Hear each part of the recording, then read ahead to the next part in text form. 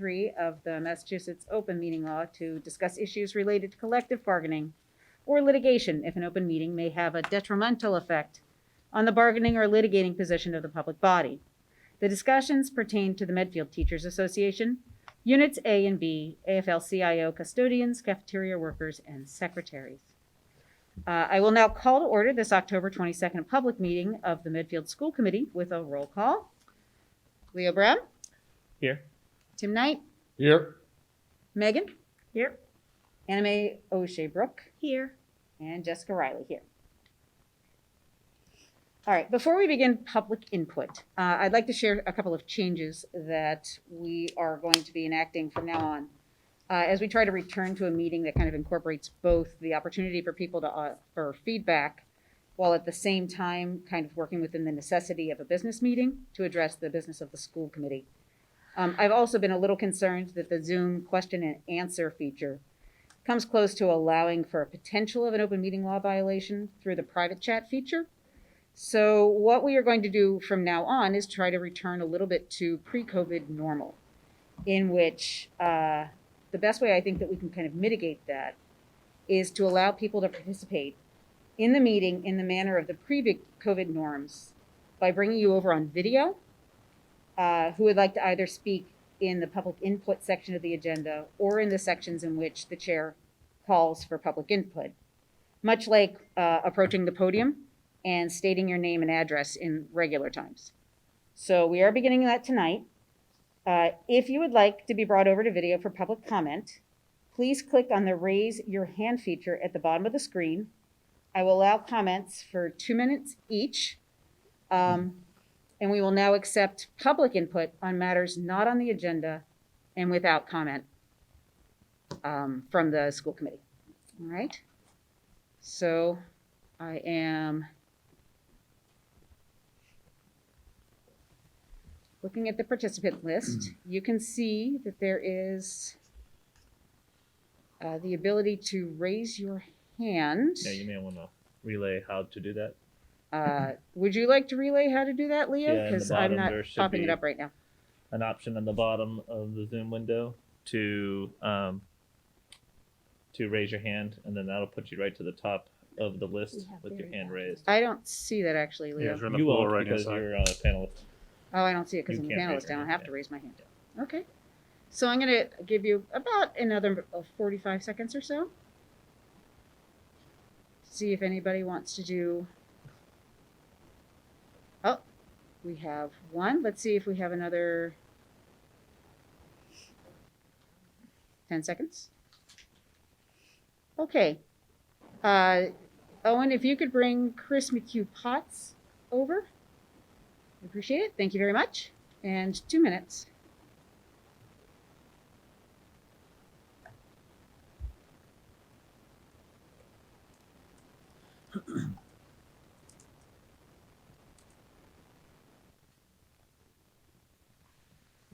Hi, Chris. How are you? Oh, wait. I'm sorry, Chris. Hi. How are you? Hi, good. How are you? Good, thanks. Had a very quick question with regard to public input, how you could handle it with other agenda items. You had mentioned that you would do public input based on what you declare that you will allow. So I just think would be helpful to clarify, is it based on the agenda items or is it based on what your discretion as you move along in the meeting? For tonight, I will provide an answer.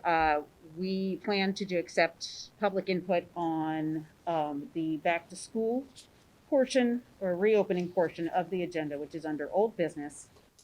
And then I think I actually would have declared that just as we were about to go after the public input part. So that's where we'll be doing that. Okay? So that's the only spot on the agenda. So if there are items on the agenda that people who want to provide public input, you're not going to allow it for something that's already on the agenda, and then when it gets to the agenda item, you're not going to allow public input. At this point, yes. I think that we need to make sure that the meeting moves along. I will not say that that will happen forever, but for tonight, the you are always welcome to email us or give us public input through the regular channels. But for tonight, we will be doing public input after the reopening. Thank you very much. All right. Jennifer Hearn as well. Oh, Jennifer Hearn is in there? Okay, one more. All right, Owen, can you bring Jennifer over?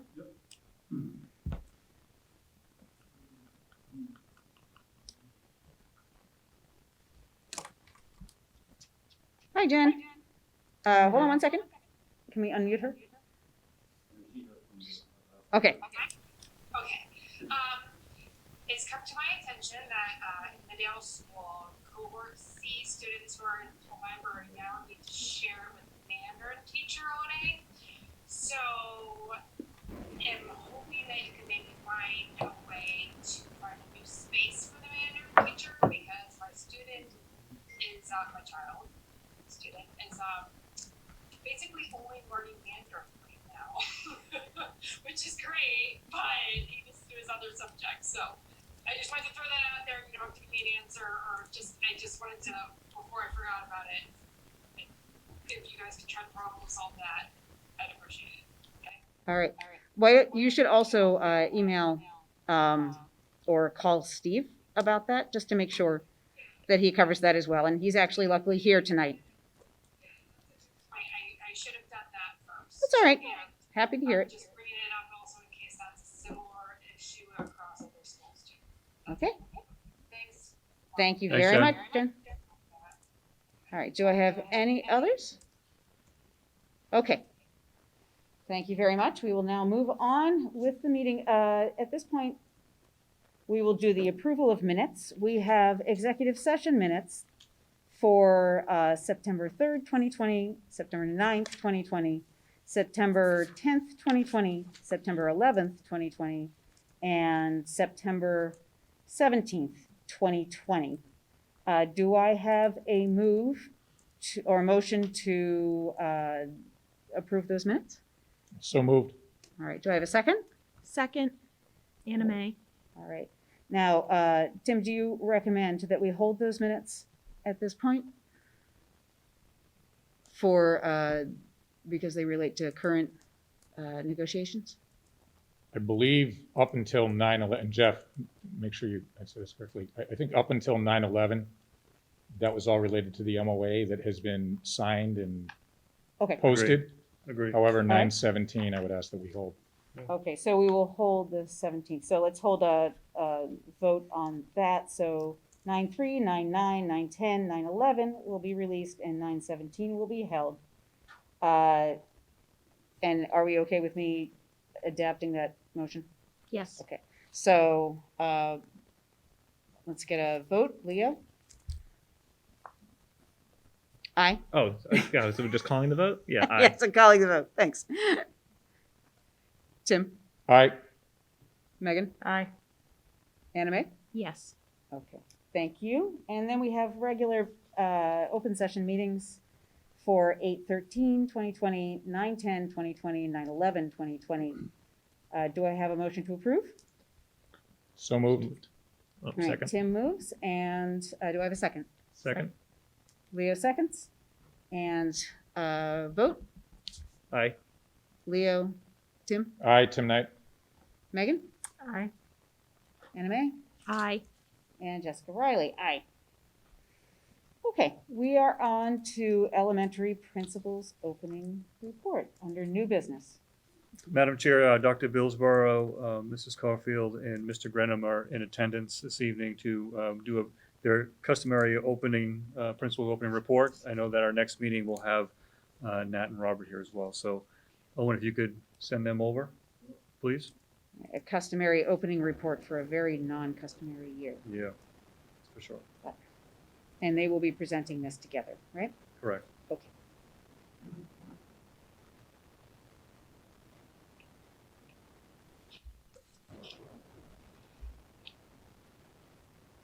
And Stephen?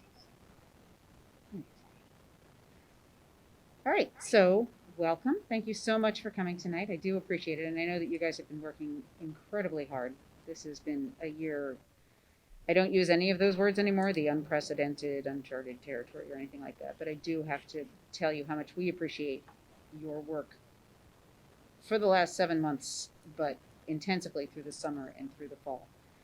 And I just need you to know that that's something that we have been able to watch and marvel at. So thank you. Go ahead. Thank you. Thank you so much for those kind words. I'm going to start us off tonight. So good evening, Madam Chair, members of the committee, Dr. Marsden.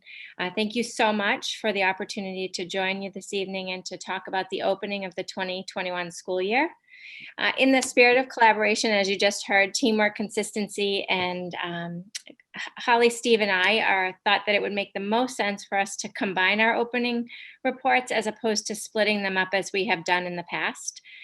We have been and will continue to work closely as all of our grade level teams and staffs have been doing, as we recognize that this is really what is best for our students and their families.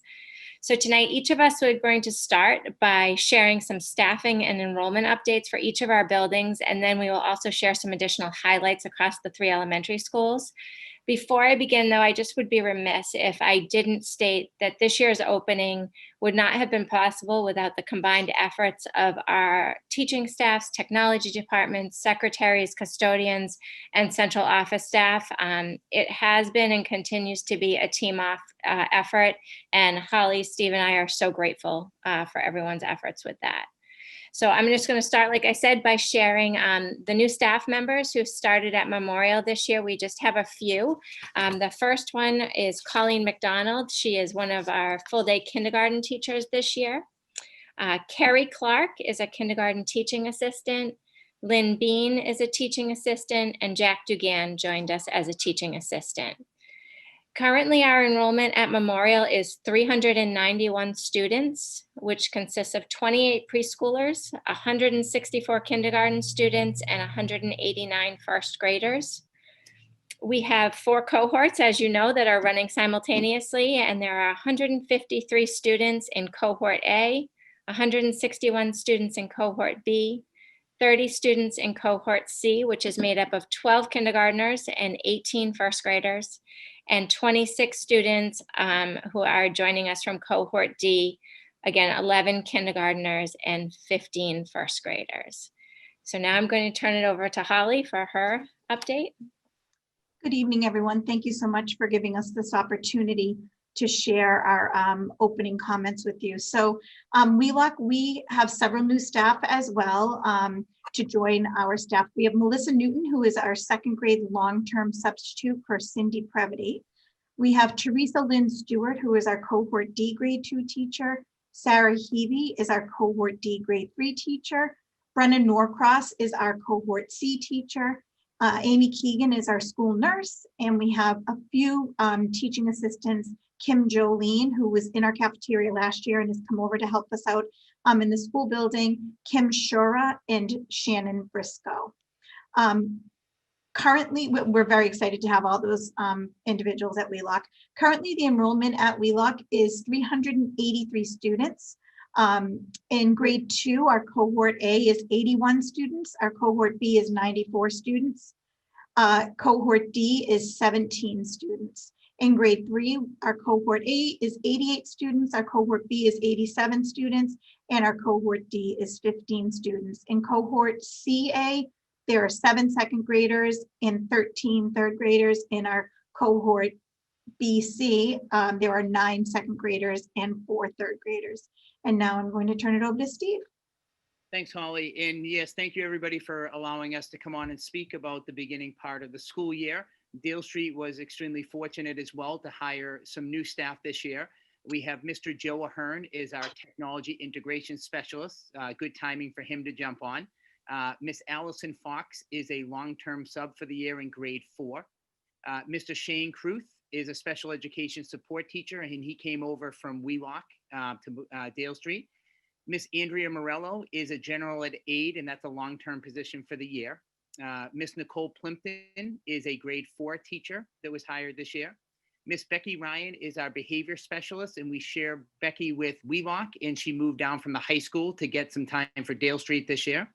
Miss Paige Slotza is a grade 4 long-term sub for the year. Miss Marina Sweeney is our library media specialist. Miss Amanda Tumbleson is our music teacher. And Mrs. Amy Tyre is a special education aide. Currently, Dale Street's enrollment is 407 students. That's 196 fourth graders and 211 fifth graders. Dale Street saw no net change in the enrollment over the summer. We had 10 new students enroll, and we also had a combined 10 students withdraw. There are 178 students in our current cohort A in person on Monday and Tuesday. There are 170 students in cohort B, and that's in person on Thursday and Friday. We have 27 students in our cohort D, which is our remote only, being taught by Miss Shannon Dowd, who is a fourth grade teacher here. She's currently the 27 students is a mix between grades 4 and 5. And additionally, there are 20 students that are in the AC cohort, and we have 12 students in the BC cohort. Those students are working in our LMC at the time.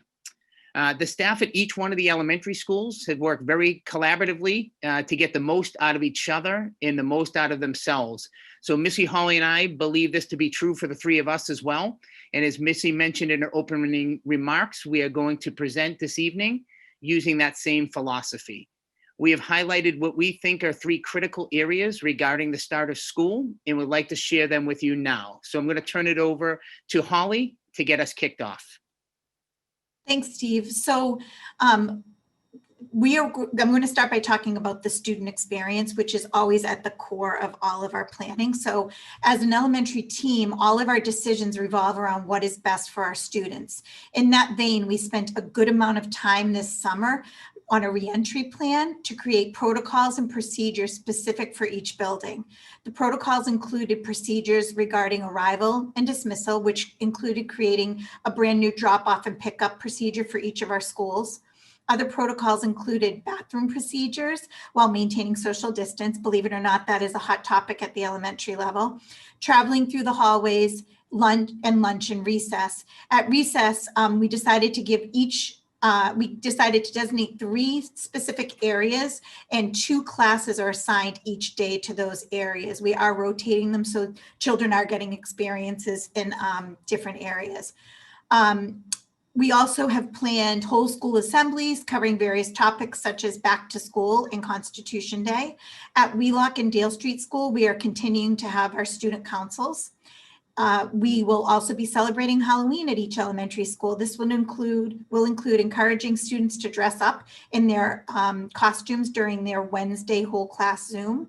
Teachers are planning on having the party in the bag, which we started at the elementary level last year. And at Memorial and Wheelock, we will be having a virtual Halloween parade. So we're encouraging parents to send in pictures of their students in their Halloween costume, and we will be making a video to share with the whole school.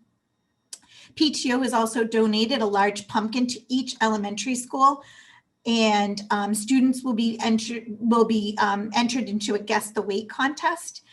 Teachers and staff are really working hard to provide quality instruction both in person and remotely. This is a large focus. There is a large focus on consistency and as well. Finally, to help make the students' experience positive, we are working to provide consistent communication to families. And I'm going to turn it over to Missy, who's going to tell you about the communication piece. Thanks so much, Holly. So as Holly just stated, we truly value the homeschool partnership and continue to work hard to build relationships with our families while still providing consistent communication. So a few examples of these efforts include the open house that we held at the beginning of the school year, during which time students were able to come into the building, see their classrooms, and meet their teacher. One of my favorite things that we've done, I can't tell you, every time I think about it, it still makes me smile, as it was that first sense of return to normalcy of having those smiling faces back in the building. We've also done most recently our first ever virtual PIN presentations, in which all staff members created a video to introduce and share a little bit about themselves. And slides were created also as well by grade level teams and special subject teachers to provide specific or content specific information, as to what kids would be learning this year. Holly, Steve, and I have also offered a total of 3 parent webinars thus far, one centered around the reopening of school, one on Google Classroom for Wheelock and Dale Street families, and one on Seesaw for Memorial families. Each webinar included an opportunity for attendees to ask questions and was also recorded for families who were not able to attend at the scheduled time. And lastly, we continue to communicate on a weekly basis about school-based happenings through emails and blogs. We are mindful of our families' schedules as well as the quantity of emails that they are managing, and hope that by offering different forms of communication in the know in a way that works for most of them. So at this time, Steve is going to share some information about what the staff at each building have accomplished to date. Thanks, Missy. The elementary staff has worked extremely hard, Jess, as you had mentioned before, even before school opened, to make sure that the students' return to school since last March was the safest and very best it could be. This tireless work from the staff began in July as the elementary reopening committee was formed under the leadership of Dr. Marsden and Mrs. Power. This group had the monumental task of crafting 3 separate reopening plans, not knowing which direction the year would take us in. The work they completed to supported students, staff in the district, and it was simply amazing. It was so wonderful and rewarding for the 3 principals to work with all of them. They were fantastic. Our collaboration with staff continued as we met and are continuing to meet with our grade level leaders from all 3 schools. Each of the principals meets individually with our grade level leaders, but we felt it was critical to meet as an elementary group as well. Topics when we meet, usually Wednesdays, range from student feedback to virtual notebooks, successes and obstacles, and staff emotions and feelings. The leaders of each grade level bring something different to the table, but one thing that is constant and for sure is the elementary grades really want to do what's best for our students, and they work so tirelessly to do so. As mentioned, one of the biggest and most important changes to the student learning are the virtual notebooks. Each week, the staff sends out a virtual notebook, which provides an overview of the week. The notebooks provide asynchronous remote lessons, step-by-step activities, and specialist information for students. We are not sure if you've had the opportunity to view any of the notebooks, but if you haven't, we strongly encourage that you do. They are amazing. There's so much work that's put into them. The time, energy, and effort that goes into these from the grade levels is simply remarkable. The final thing that I would like to highlight is the work the staff are doing on the Wednesday remote days. Staff across the district have worked incredibly hard to include a more robust and consistent schedule across the grade levels, including additional synchronous lessons for more face-to-face time with students. The 3 of us have all jumped onto these lessons, and they're fantastic. In the afternoon, grade levels and departments are meeting to strategize the best ways to deliver curriculum during both in-person and remote days. As you can imagine, it's like doing 2 different jobs. However, the staff continue to work very hard, planning late into the evenings and on the weekends to provide the best experience for our students. Jess, you had mentioned the current situation we find ourselves in is unprecedented. We continue to look to the best way to connect 2 points at the opposite ends of a continuum, COVID-19 and 21st century education. I'd like to conclude again by commending the elementary staff for their flexibility, commitment to providing a positive and beneficial learning environment for our students during these challenging times. Their adaptability, patience, and professionalism are much appreciated and are the primary reason that it has been such a successful and positive start to the school year at Memorial, Wheelock, and Dale. They are heroes in the 3 of our eyes, in many of the eyes of the families in Medfield. Missy and Holly and I thank you for the opportunity to come before you this evening. We are more than welcome to take any questions for the 3 of us at this time. Okay, does anyone on the committee have some questions or for any of the elementary teachers? Anything that you're curious about, things that you haven't heard about or you have heard about that you're interested in? Holly, is Franklin obeying the 6-foot rule? Oh, I think I'm muted. Holly, I was just curious, is Franklin following the 6-foot rule? Oh, You're you're muted. Sorry about that. No, we have a schedule set up, but there is a protocol that goes along with it where the students hand sanitize prior to petting him and then after. Can I ask, aside from the obvious that this year has been challenging anyway, was there something that struck you as the biggest challenge and the biggest, or the thing that you thought would be a challenge that ended up being much easier than you thought it would be? Do you have any thought on that? Missy, you all seem to be smiling. Missy, you want to go ahead? I think, from the perspective of mask wearing and the ability of the youngest students in our district to be able to maintain masks for the period of time that we are asking them to, and also to maintain distance, I was concerned about that.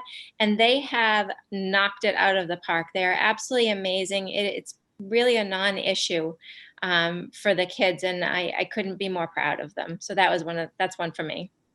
Okay. I would- Anything more challenging than you thought it would be? I mean, aside from everything? I think it's just the preparedness to switch at any given moment, and the unknown is probably, that's kind of the challenge that I think of. Okay. Holly? I would agree with Missy. Seeing the kids come into the building was just amazing, the energy that's in the school. I would say one thing that I thought was actually there's a fly in my office. I'm so sorry. One thing that was keeping me up at night prior to opening was arrival and dismissal, and it surprisingly has gone very, very smoothly, which makes me, really happy. And I think it makes parents happy as well. All right. Anything challenging that you just didn't expect to be that challenging, or just surprised you? Because I do find I wake up at the beginning of my day and say, wow, I wonder what's going to be just even that much harder than usual today sometimes. I think just, keeping the teacher's spirit up, because it's just wrapping their head around the way that the week works, and just Right. knowing that they have the brain power that goes into just making the week go smoothly has been a lot. So just sort of supporting them and giving them, throwing them a bone here and there. But that's been, I didn't really realize how difficult that would be. Right. And I think that we've all seen, and certainly the teachers have reflected that there are many, many parents who have been fantastic, but there's a lot of criticism, whether it's meant to be or not, pretty frequently. And I think that people who take care of our kids and have elected to do that for their lives, and then to all of a sudden be in a position in which they have no more control than the rest of us, I think that's one of the things that I've heard from our teachers, that they just feel like this is so hard, and they are working so hard to make it work, and that we're finding ourselves in this position that we have to make these decisions on the fly, and none of them are great, and this is not what any of us want.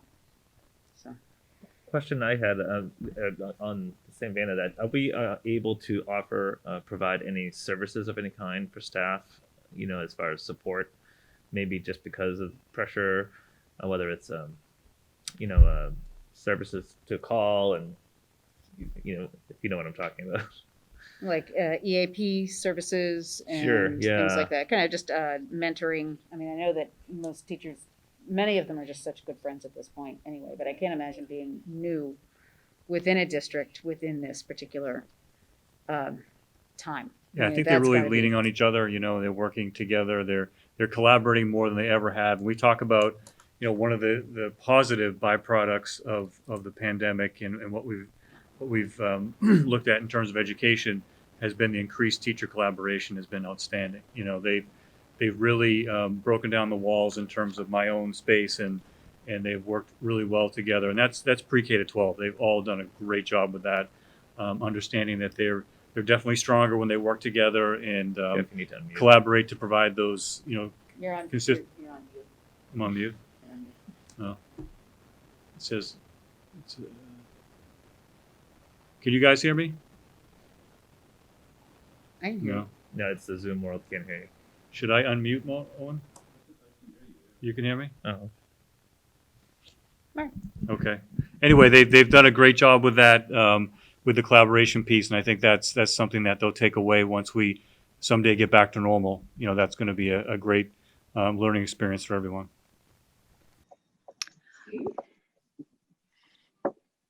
Steve? Yeah, I would say, I mean, I think the kids, first of all, it's great to have them in the building, but it's amazing. And I guess it shouldn't surprise me because they're so resilient in what they do. So for them to be following the protocols, you know, we all sent out videos of what those would look like. I think they were helpful to their kids before they got to school so they could kind of get acclimated a little bit. Like Holly, you know, it kind of kept me up at night, the engineering part of arrival and dismissal. I get to see Leo most days dropping off there. So, but after the first or second day, I think Leo may concur or disagree, but I think it's gone swimmingly, you know, and it's really through the help of the staff that's there. I think the biggest challenge that I find here is time. You know, they always talk about in education, it's time and money, right? And luckily, you know, Jeff and Michael have been very open to trying to get us whatever we need, whether it's, you know, PPE stuff or just things to make it work. But it's hard to get time for the teachers. So, you know, Holly, Missy, and I are trying to be creative to do different things to get them, you know, a little bit more time than they can have. And it is, I mean, I think the other part is the social part. You referenced it, Jess, that these teachers that are in these buildings are such good friends too. And there's a social, and Nat Vaughn said it at our admin meeting last week, there's a social component to teaching as well. And they don't really have that right now. They're really, you know, they might not be in the lunchroom, you know, they don't have the, you know, the planning time might be a little bit different because specials are all over the map right now. So I think it's just watching out. It ties into what Holly had said. It's just watching out for them because it's every staff member. Again, I know that Jeff's in the same boat. Our wives both teach in different districts. You know, I see my wife planning 5 hours or 6 hours on the weekend. So they're doing a ton of stuff behind the scenes. I know the teachers here are just, they're such perfectionists, which is great in a lot of levels, but we just have to make sure that we say to them, you know, do the best you can, but you know, you can't go overboard because they're not going to be good for anybody at that point. But they're such, they love the kids and want to just please the kids and the parents so much. So I think time is probably the biggest thing for me. I have one more question. We've talked a lot about in-school time. I'm sorry, Anna Mae, would you like to go ahead first? Or Well, you know what? I just, on this theme here, I just want to, you know, mental health is in our hearts and minds for not only our teachers, but our students. And I suppose that's just what I think about most. And I'm wondering about, and we spoke about this last year, but I'm wondering about, you know, the safety nets that we have at each of your schools for our kids who are probably not processing this, you know, really well, and even the parents, you know. So I'm wondering if you could please share with us what's implemented. I was going to piggyback something similar. Some districts are offering services for parents, similar. You know, the stress of handling the hybrid and the constant shifting around. And these times are hard, and they're hard for everyone. So, and I know. Dave Worthley has been great in sharing a lot of SEL resources, but I know each school is just more in tune with obviously with the children and the families, and just wondering what each school is offering to help support our families mentally. So I think at Memorial, the teachers are our first line of defense in terms of they're spending the most time with the students that are in their classrooms. So they're getting to know them, they're communicating with families and really getting a pulse on how everyone is doing. We are incredibly fortunate to have Kathy Bockhorst and Pam Tobin, both on staff as a school psychologist and our guidance counselor. And they are constantly checking in with teachers as well, offering resources and just there to take a pulse and also to provide families with what they need, even if it's just a phone call and a check-in and people say, yep, we're doing okay, or no, we need, you know, some assistance, and then they are able to send them in the right direction. So I think it's those constant check-ins. I think it's also trying to keep in mind too that although we are, I think it's 25, 26 days into school at this point, there's really only been about half of that when we've had the kids in person with us. And they're still getting to know one another and kind of navigate through that relationship building that is usually much farther along at this time. So really trying to help facilitate classroom culture and relationship building that way, because we find that that goes a long way in terms of making kids feel comfortable at school and hopefully able to open up if they're struggling and having any difficulties. Just to add to that, I think at each building we have like a group that meets regularly, including our guidance, school psychologist, school nurse, and we update on students. So if there are students at risk or things are bubbling up, we all sort of brainstorm and come up with a plan to make sure that no child is slipping between the cracks. And that, again, as Missy said, it comes from the teacher usually, but there may be other things outside at recess, or so if we have a running doc on that and just sort of keep track of, which kids we might have concerns about and make sure that we're following up with them. Yeah, and they've been super busy. As they said, the guidance counselors and school psychologists, it's so great that we have them, pre this, it's been definitely a priority for, for central office and administration to have, those people. And I think I had 2 emails tonight from Elizabeth Stragolowski about, certain kids as I was, here at school for the meeting. So those Monday meetings are really important because, again, Kathy Thompson is the nurse here at Dale Street, and she does a fabulous job. But to have the nurses involved as well in those guidance check-in meetings that we have weekly is really important to say, this is somebody we got to keep a special eye on, or if somebody knows of a family situation that one of us can reach out, it's important to do that. I also think, just to throw it out there, that because I know that some parents of younger kids have contacted me and said, listen, I'm here with a kindergartner and I'm trying to teach them, and I've got a 3-year-old and I've got a 2-year-old and I'm about to go out of my tree. And I feel that, I remember that feeling. It was so intense. And one of the things I want to kind of remind people about too is that we do have an amazing set of professionals at the Midfield Outreach. Kathy McDonald and Chelsea are longtime professionals, and they are there that you can simply call them. You can find their number on the town website. If there are those days where you just feel like you are about to really lose it, or just lose it a little, and you need just a little bit of support, or just a moment, or just a referral, they're also somebody who's they would be an astounding resource for you. We, as schools, we always want to know, but there's also a part of being able to reach out outside of the schools as well to be able to get those resources, because I think that this is a time where it would be so easy to lose our connection to community. And I think in a lot of ways it's leveled up, but in a lot of ways it's also harder to reach out. So just with those parents who are new within the environment too. And I'd remind everyone about Interface too. I mean, that's a great service that our community has, that we belong to, we're partners with, and Interface can give you a referral to any type of counseling or services that you may need. So we have that information on our website, and we have cards that we give out. It's posted in every school. So I would encourage people to use Interface as well. Right. So, anyone else have any questions? Anna Mae, anything about the hybrid days in which kids are at home and kind of what they're seeing, or anything like that? Do you guys have any specific comments about a hybrid that you feel like you really want to put out there about the remote days for your kids? I would put out there, and you just mentioned it, Jess, it's hard. I mean, I think that, we all have children as well, and trying to do that in our own towns, like, trying to, be a parent, but also be a worker and that type of stuff. It's challenging stuff. I think that our teachers learned from March. I think they did a great job in March in the emergency, but I think they learned and worked throughout the summer and in the time before school, and really have done some wonderful things. The teachers have collaborated, teamed up, so they're doing it by subject area.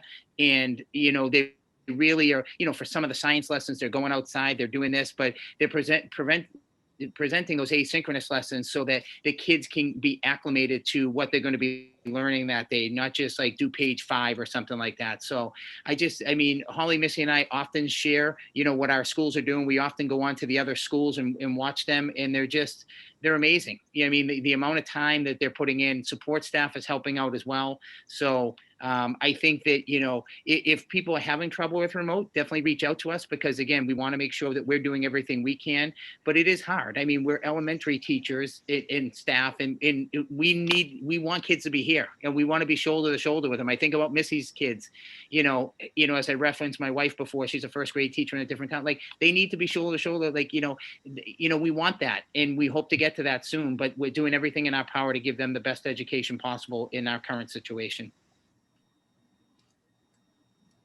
It's also hard that everything is dependent on technology, which can be very unpredictable. And so I often have Zoom nightmares, and I know the teachers do as well.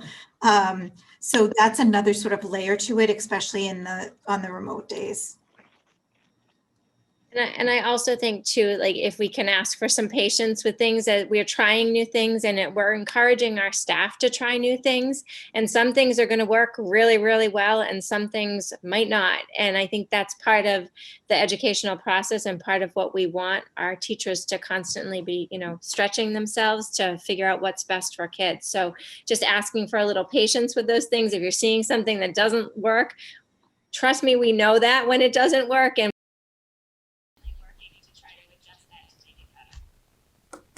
Okay. Yeah, I just wanted to thank you too. Many of you know my youngest is in 5th grade, so I've been following the webinars that you guys have been putting on, and they've been tremendous. And just my hat's off to all 3 of you for just leading with such warmth and grace and positivity. I know that this has been a very difficult time, and people who feel as if their kids' education and well-being is in jeopardy can, come at you. And we've all felt it. And I just commend you for rising above and staying positive and leading and showing our children what good leadership looks like, and being a good example. So my thanks to you.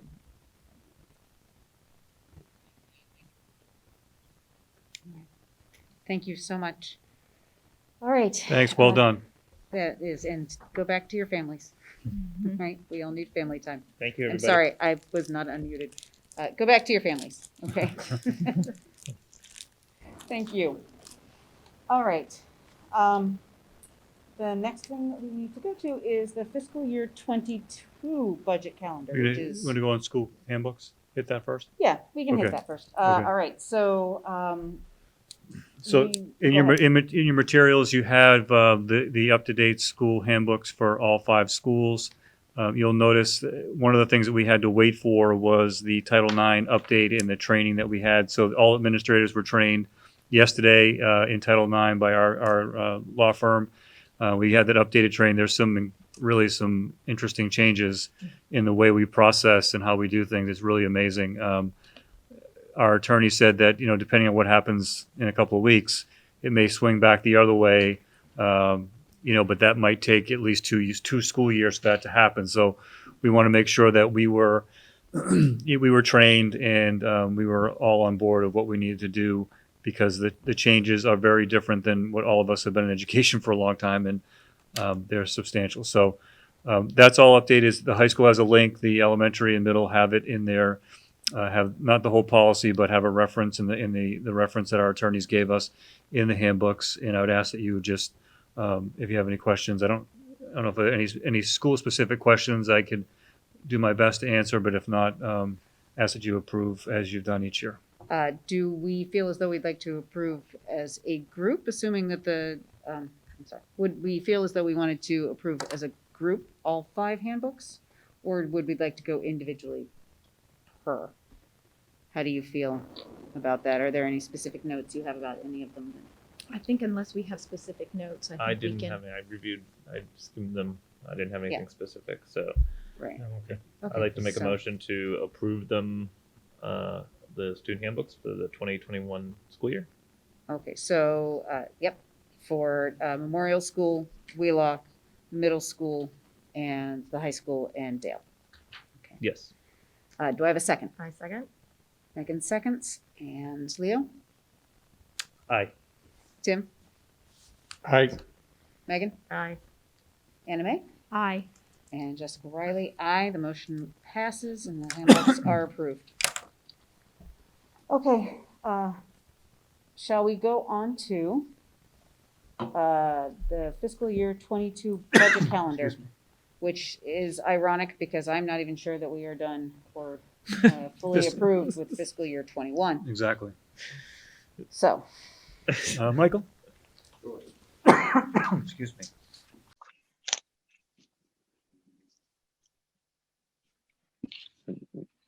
Need to unmute Mike. Okay, so I worked with Dr. Marsden on the fiscal year, let's see, 22 budget calendar. It's fast approaching. So tonight is October 22nd, and we need to adopt our budget calendar as we have to start the process of fiscal year 22 on November 2nd, where the superintendent and I start meeting with the leadership team to go over the operation and capital budget. And then from there, there's the schedule of certain deadlines that have to be met as we go through fiscal year 21 to prepare for fiscal year 22. So there's the different deadlines that are on there. There is a town charter that we have to provide our budget to the town manager by, town administrator by a specific date, which is outlined in this calendar. So we have to have our budget presented and voted on and having a public hearing by the January 21st, so we can submit our budget to the town administrator by February 3rd. okay. Are there any comments? I know I've spoken individually with Megan about whether she would be the liaison for the school committee and the warrant committee and the budget process this year. And you're still good with that? You got me against a wall there. Don't ask twice, Jess. Yes, you're muted. Oh, I'm muted. So, Can I say no? yes, so we will repeat that same exchange. So I have asked Megan to be the liaison between the warrant committee and the, as the school committee kind of, Oh, sorry, Mike. sorry. And she'll be taking on that role this year. So Megan, do you have any thoughts or about the dates or? They look good and scary to me. Me Here too. we go. You will not be alone. All right. Okay, so I would ask for a motion I would ask for a motion if we don't have any further discussion on this specific calendar about approving the school budget calendar for fiscal year 22. So moved. Okay, so Megan and then second? Second. Okay, Leo is the second, and Leo? Aye. Tim? Tim? Aye. I'm trying to do my Megan? mutes. Aye. Anna Mae? Aye. And Jessica Riley, aye. The motion passes unanimously. Thank you. Thank you, absolutely. All right, now, this is if I could ask you, Owen, to bring Brian Gavigan and Eric over. We are going to discuss the Mascot Task Force at this point. It's kind of an informational, so we'll wait for you to get in here. I'm sorry, it's Eric Ornberg? Eric Ornberg.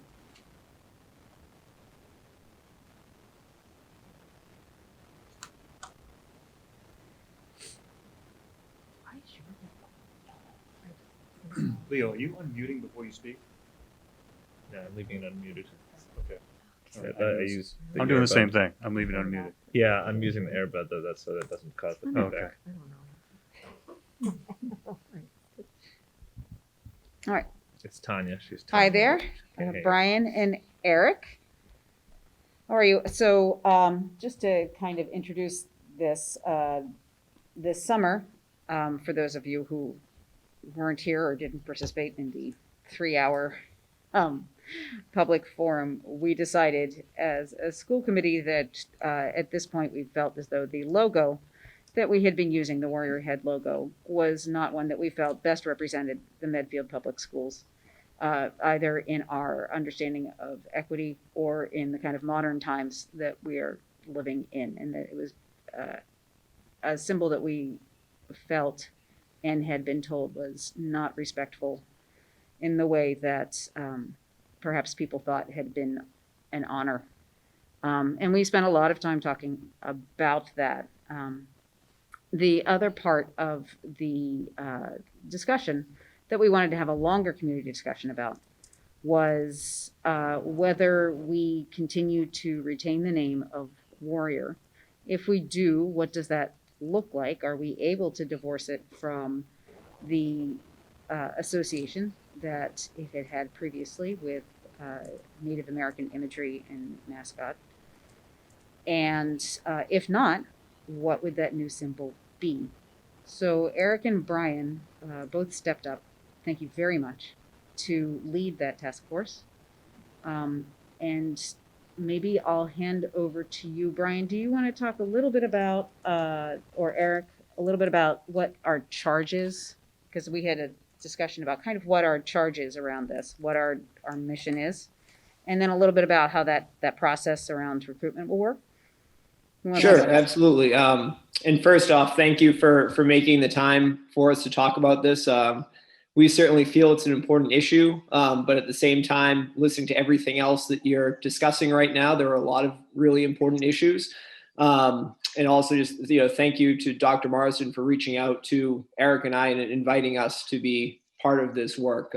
It's something we're both really passionate about. So to be able to dig into this is something that we feel privileged to do. I would say when Dr. Marsden first reached out, and speaking from the I on this one, I felt pretty strongly that I didn't want this task force to be something that was just the opinions of a small group of people. I think our overarching goal here is really to engage as much of the town as possible in this conversation and really look at all stakeholders. And I think the four main groups that we identified were, especially the students currently in the building, also all of the residents in town, alumni, and then also staff. I think all four have different levels of engagement and investment in this conversation. And I think hearing as broad a message as possible from all of them will be really important to help inform this decision. So our charge, and I know, Jess and Jeff, I think you've probably had more conversations around the charge than Eric and I have. So certainly fill in anything that we miss here. But really we're charged with gathering as much information as possible, getting as many voices from the community as possible for this, and then really making a recommendation in the June timeframe to Dr. Marsden on the community as a whole feels that we should keep the Warrior as our name or move on from that. And if so, if we are moving on, what's our suggestion moving forward with that? So I'll pause for a minute just to make sure there's any other details to fill in. No, I mean, I think it's, oh, go ahead, Eric. I would just echo Brian's thoughts. I am honored to be a part of this conversation as well. I think the decision that was made by school committee in August, I had written a letter to everyone just hoping that there would be some type of committee like this where we could make the decision into more of an action plan. So to be a part of this and to be able to bring in alumni and students and continue to have a dialogue. And Brian made a point in our first meeting about trying to model an appropriate dialogue where there may be some varying perspectives and opinions, but to try to show respect to, again, the history, try to make this an informative event for everybody who's a part of it, to try to create some type of a long-term history assignment where we can all learn a little bit more about the history of where the Warrior came from. And then to, again, ultimately our decision isn't to decide, our job is to basically make a recommendation. So to be a part of that is something that I know Brian and I have spoke with at length, that we're firmly invested in, given the years of service to the town and working here and seeing this big decision get made that is certainly a polarizing one in a lot of different parts of our state and country. I think that's well put. I think that the kind of operationally how we're thinking about this working is that we will recruit a core group of 20. We felt is that was a group that we could, from those different perspectives, from town and students and staff, and be able to bring those people together so that they can also communicate out, and we can have discussions, and then we have a pretty specific kind of timeline to be able to make that discussion or make that decision by June. This will involve students. Honestly, this is your school, right? And this is staff school. We're not talking about some people have said, isn't this supposed to come to a town meeting or whatever? It's not. This is really a school symbol, but I do think it is a community discussion about what we feel is the kind of the kernel of Medfield. What do we want to carry forward? What do we want to do to represent who we are across all areas, not simply sports, but really truly, across the arts and across what is a Medfield artisan, what is a kid who is into computers, what is our front facing, how do we want to represent ourselves? We will be sending out, and I want to make sure that I am not interfering with any of the other very important things that are happening out of Dr. Marsden's office right now, but we will be sending out essentially a call for people. There are some people that we have very specifically identified because we know that they're very kind of crucial to this group. But we will also be sending out a call specifically to ask people if they can share their opinions and have a discussion in which they are not taking one side or the other necessarily, but they are able to hear everyone, that they can have and then we'll do education and kind of level setting around where we are and what a mascot is and how it represents people, and then we'll kind of have those discussions and those feedback loops from the different constituents over the next several months. But that should be coming within the next few weeks. Again, I want to make sure that I'm not trampling on anything that is it's coming out of Dr. Marsden's office that has to do with how we're delivering education, right? So, do you guys have any other comments, or do we think we're good here for right now? Yeah. I think that covers a lot of it. And I think just to add on to what you said about for the people who are interested in possibly volunteering to help us with this decision, I think the biggest thing that we would like to see and are looking for is someone with the ability and willingness to really reach out to the community and get as broad a message as possible. I know Eric and I could go on for a long time about our personal opinions about this and what we've looked into with this. But at the end of the day, if I was the staff liaison, my job is to reach out to as many staff members who feel an investment in this and represent their voice. And we want the same thing from our student reps, our resident reps, and our alumni reps. And really get as many people out there who feel passionate about this to feel they've had a voice in this decision. Like, that's at the end of the day, whatever we decide, we don't want someone feeling like I didn't have a say in what's moving forward. Anna Mae? Hi, fellas. Thank you again for joining the task force. Both of you wrote very compelling letters back in August. So thank you again. And I appreciate the sentiment and the spirit of this task force. I think that's really important. I just want to make sure that we did have a community volunteer step up. I wanted just to confirm that she was still on board, Jean Minio. Because during her speech, she actually volunteered to be the community liaison. So Sorry? Holding her to it. I know, I just, well, when we have actually- volunteers, I don't want to let go, so. I completely appreciate that. I think that we are just in the beginning of the recruitment process, and I will certainly reach out to Jean because I do know that she volunteered. But I also want to make sure that everybody has kind of an equal, and I said that there are certain stakeholders that we feel are important. But I also want to make sure that everyone has an opportunity. I don't want anyone who is watching or to feel as though the deck is stacked one way or the other. And I don't say that that is what Jean would do at all. No, absolutely not. But she has volunteered, and I appreciate that. But I also want to make sure that we're, I didn't really want to talk about anybody specific tonight, but I will reach out to her. But because we have spoken about it before publicly, and because Jean did speak publicly, I just want to make a note that, because I am grateful for anyone who wants to step up. And I believe that she's an effective community leader. So I just want to plant that seed because I didn't want that to go away. And I know there were other alumni who were vested, and I'm sure you've got your process, but I just didn't want folks who stepped up originally not be part of the program. Right. And we have reached out to, or I have reached out to certain people as Katrina. well. Okay, great. Super. Thank you. All right. Thanks, guys. All right. Thank you so much. I appreciate it. Thanks, Brian. Thanks, Eric. Thanks.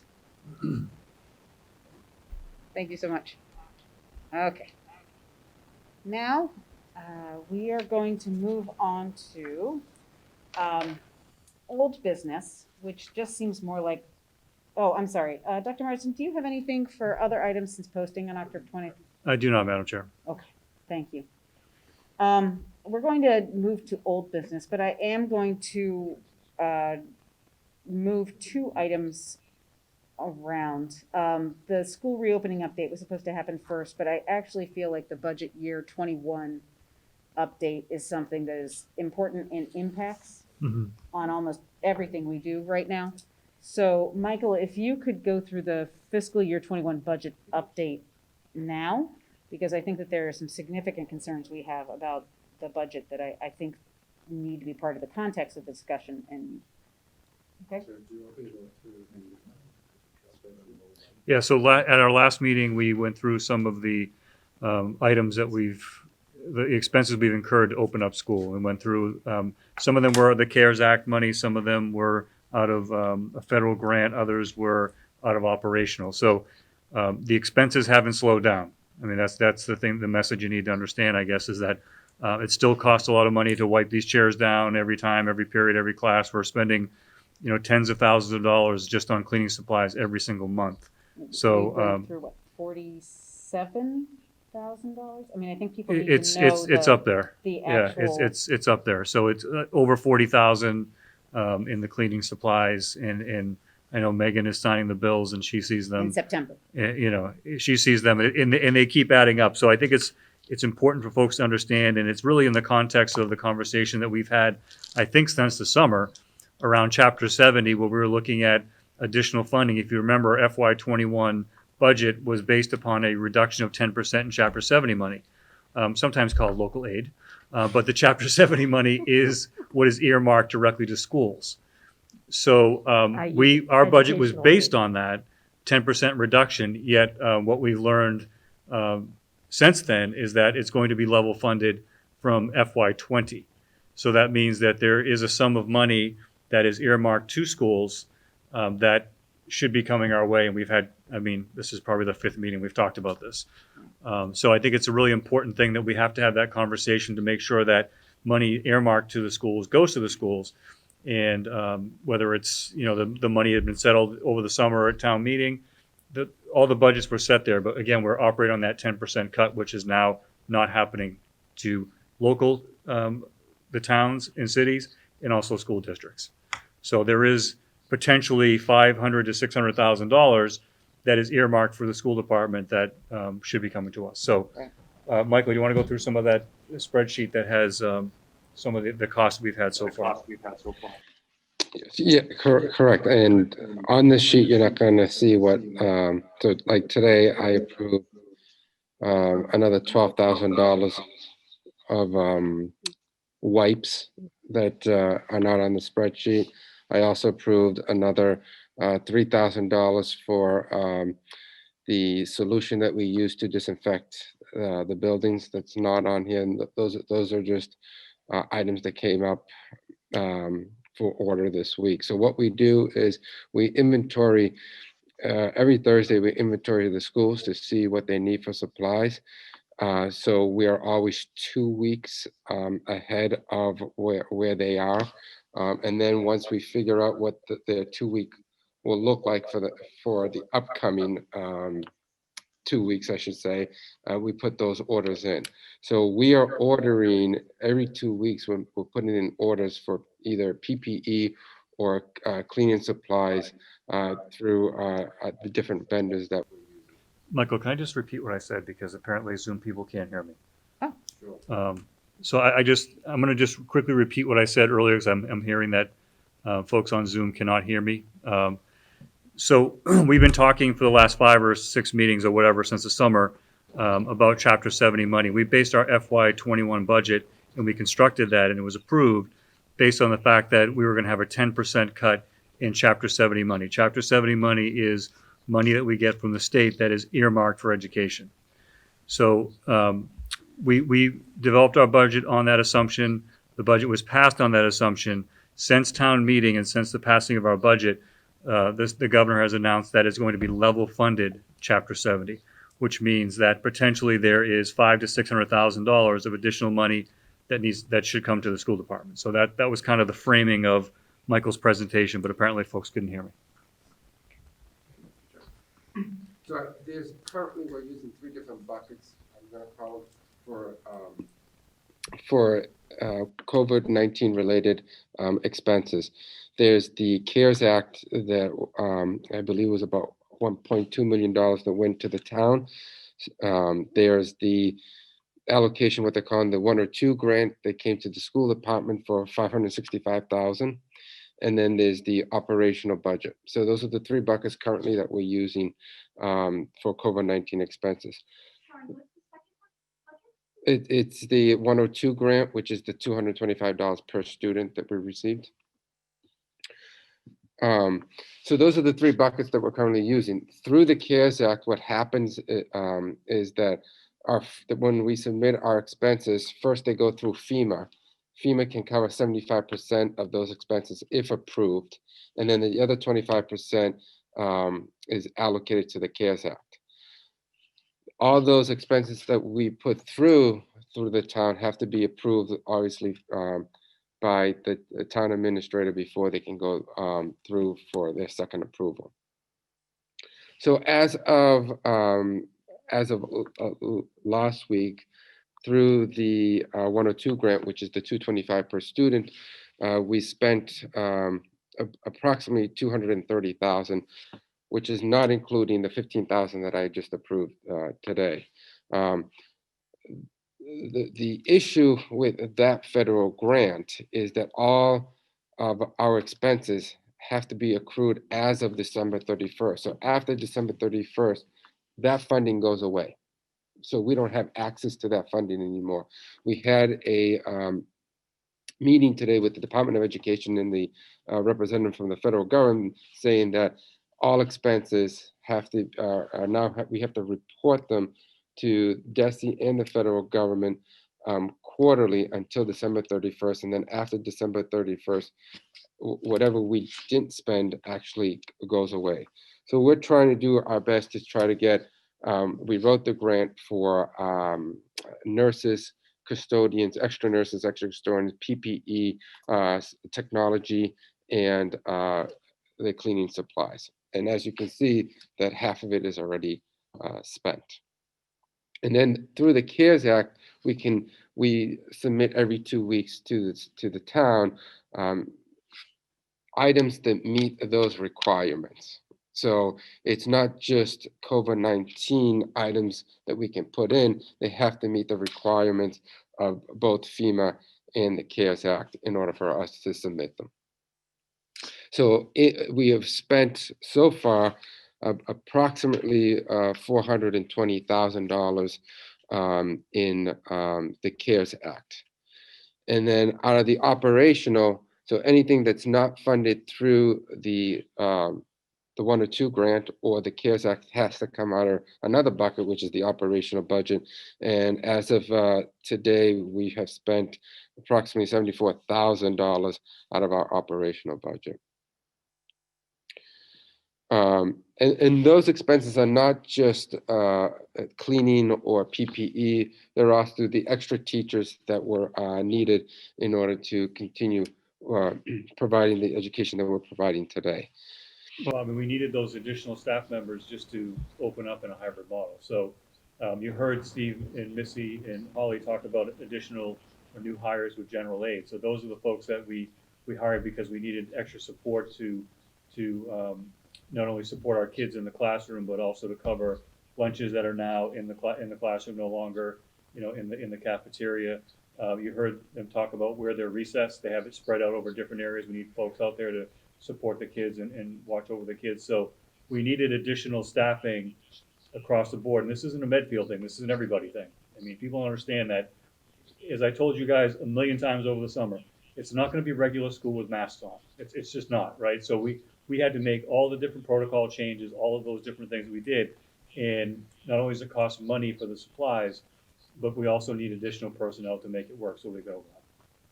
We also are spending that also, does it include also additional buses that we need to be able to get kids here at the same, or is there any movement around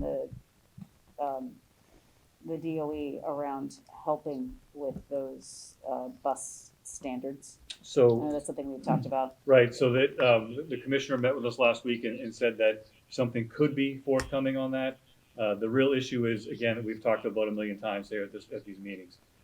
We have 71 passenger buses. We can only put 24 kids on right now, given the regulations that we have. So it's extremely problematic.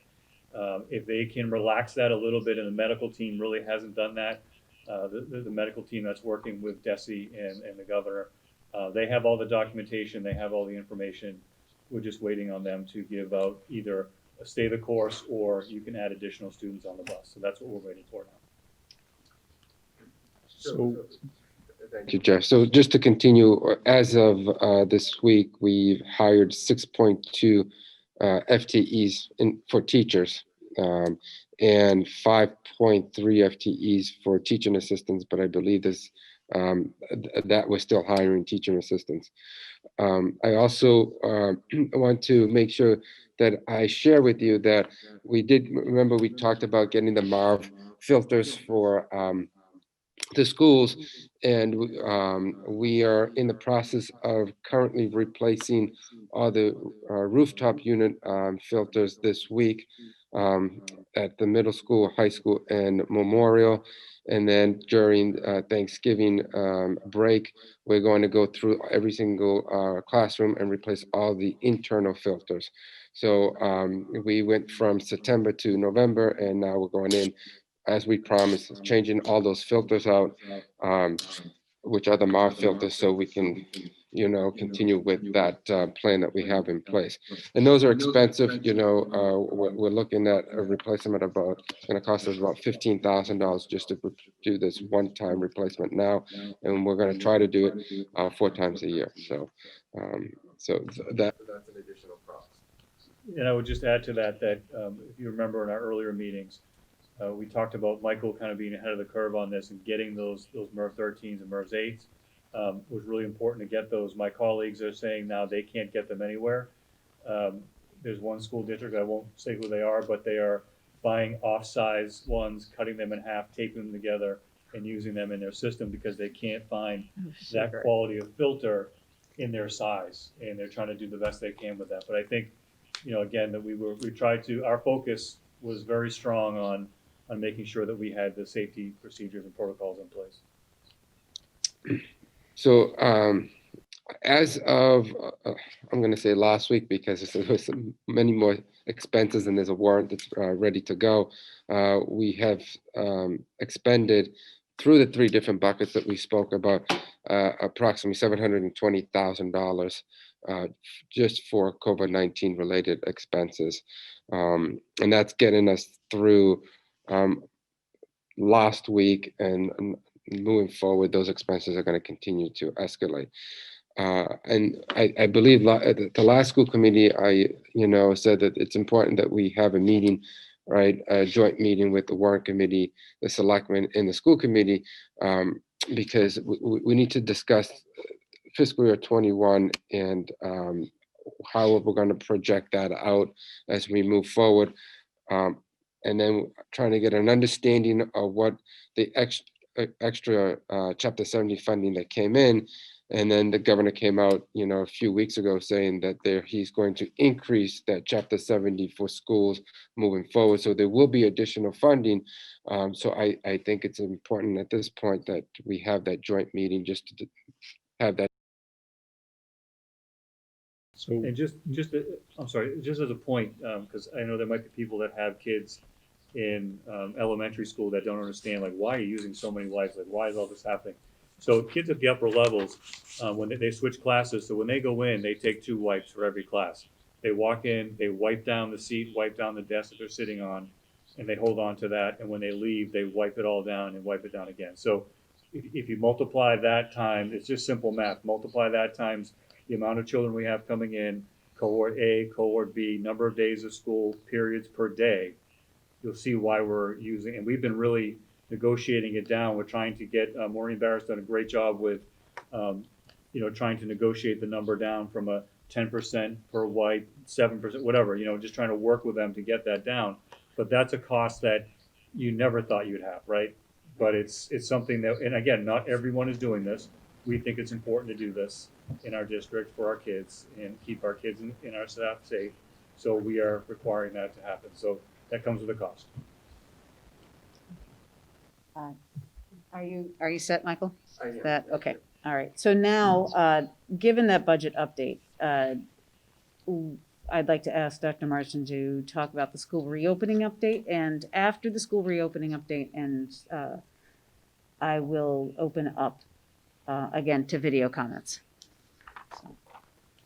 Thank you, Madam Chair. In your materials, you had draft version 2 of metrics and considerations for reopening and closing school. So, we met on this last week and we looked at a draft. As I said last week, I'll say it again because some folks, obviously it was a workshop, there wasn't as many people there. This is something we've been working on for many weeks internally, and now we're putting it together as a document to share. We've had some input from at least one member of the Board of Health. The rest of the Board of Health has this document. They'll be providing input over the next few days, so we can try to finalize. Justin Michael, you mute, please. What's that? Justin Michael needs to mute. Okay. You're echoing. I'm echoing. Okay. You're good now. So that they'll provide input as we try to finalize the document. So, within this document, we look at the metrics, which if we developed a dashboard that will be updated every Thursday. The dashboard was on the website earlier, but it didn't look great on the mobile when you had it on your phone. So we took it down, and Owen's working on resizing that so it looks good on mobile phones, not just on our website. But the dashboard is important because each week we'll be using the DPH data to update it, and we'll have not only the Medfield information on there, but also the information of the TVL teams that our district is playing every weekend. So we look at TVL Pod 1, put those schools in there and those towns on there as well.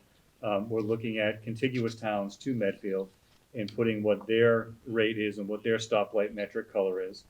And then looking at the total number of presumed positives and actual positives in the school district by school.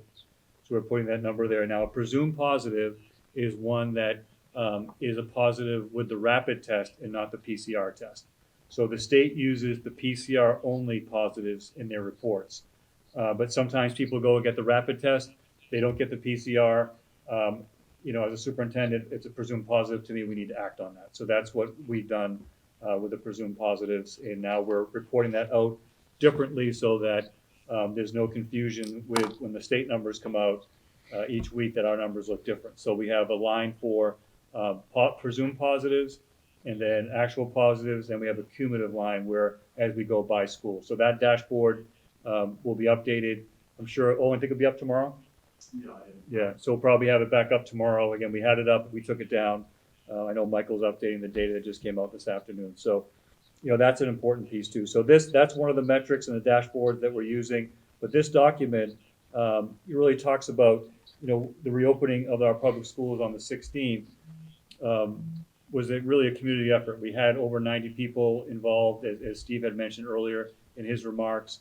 In the month of July, we had 10 meetings to kind of develop that reopening plan, which looked at in-person, hybrid, and fully remote models. And what this does is dig down a little bit deeper and look at the metrics and how we go about making a decision on whether we go full in-person or we go full remote. So I'll just go through it. One of the things that is important to remember, that safety has always been our guiding principle. We've said that from the beginning. We've said it numerous times tonight. Student and staff safety has been number one for us. It's important to note also that while public health measures are an important component of fully reopening or closing, there are other factors that may be considered, such as capacity of buildings, changes to the current physical distancing, parent-teacher survey data, and active cases in any building or cohort. So we could be in a situation where, and some of our neighboring towns have been in one, where they've closed down only one school. So they've had a situation, they've had a staff member or a cluster of students, they've closed down just that one school, but the rest of the district stays open.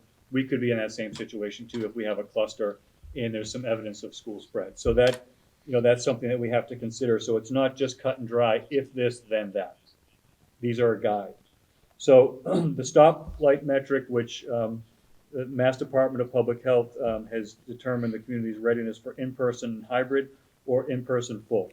So I think it's important to note that there is a distinction between in-person hybrid, in-person full, but you still have to be healthy enough to be in a hybrid. So as we know that other districts around us that started in full remote, that just went into hybrid last week or this week, they had data similar to ours, but they chose to do a different route. So we were in 4 or 5 weeks. They're just starting to go in, but that data is clear that it's both hybrid and in person. So when we talk about in-person plan, it means that at any time, whether it's 1 day, 2 days, or 5 days, kids are in person. That's considered an in-person plan. So looking at the average daily incidence rate per 100,000 residents, which I think is something that we've all seen before. The gray, which used to be white when it first came out, now it's gray, or sometimes called unshaded, is fewer than 5 reported cases in the last 14 days. The green is where Medfield was last week and again today. We were green again. Average daily case rate is less than 4 over the 14-day period. Yellow, the average daily case is between 4 and 8, and the red is average daily case is greater than 8 over a 14-day period. And one of the things that we've adapted to in the bottom of this is that because Medfield has 13,000, you can make some adjustments in the numbers. So green would be 5 to 6 cases, yellow 7 to 13, and red 14 plus cases. So just kind of drilling it down a little bit closer to what Medfield would look like with our 13,000 residents. So in addition to the Medfield cases, we're paying close attention to the towns that are in the Tri-Valley League pod number 1. Those are the towns that our high school students are playing each weekend during the fall season. And again, this could change in the winter. We don't know what they're going to do, but each weekend, Medfield hosts and travels to one of these communities.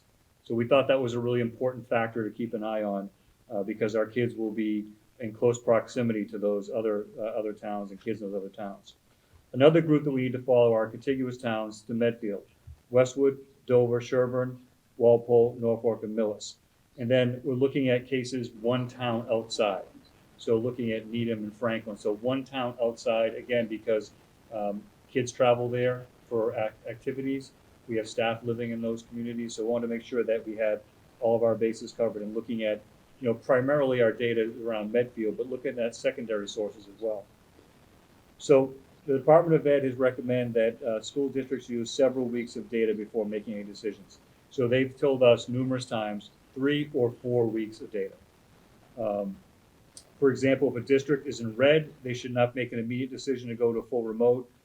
Further investigation would need to take place to identify, what is the root cause of it?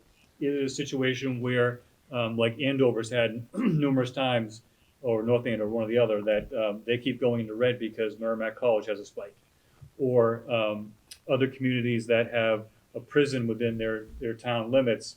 if there's a spike in a prison, they get lumped into the town and all of a sudden they're red when it's really contained to a prison.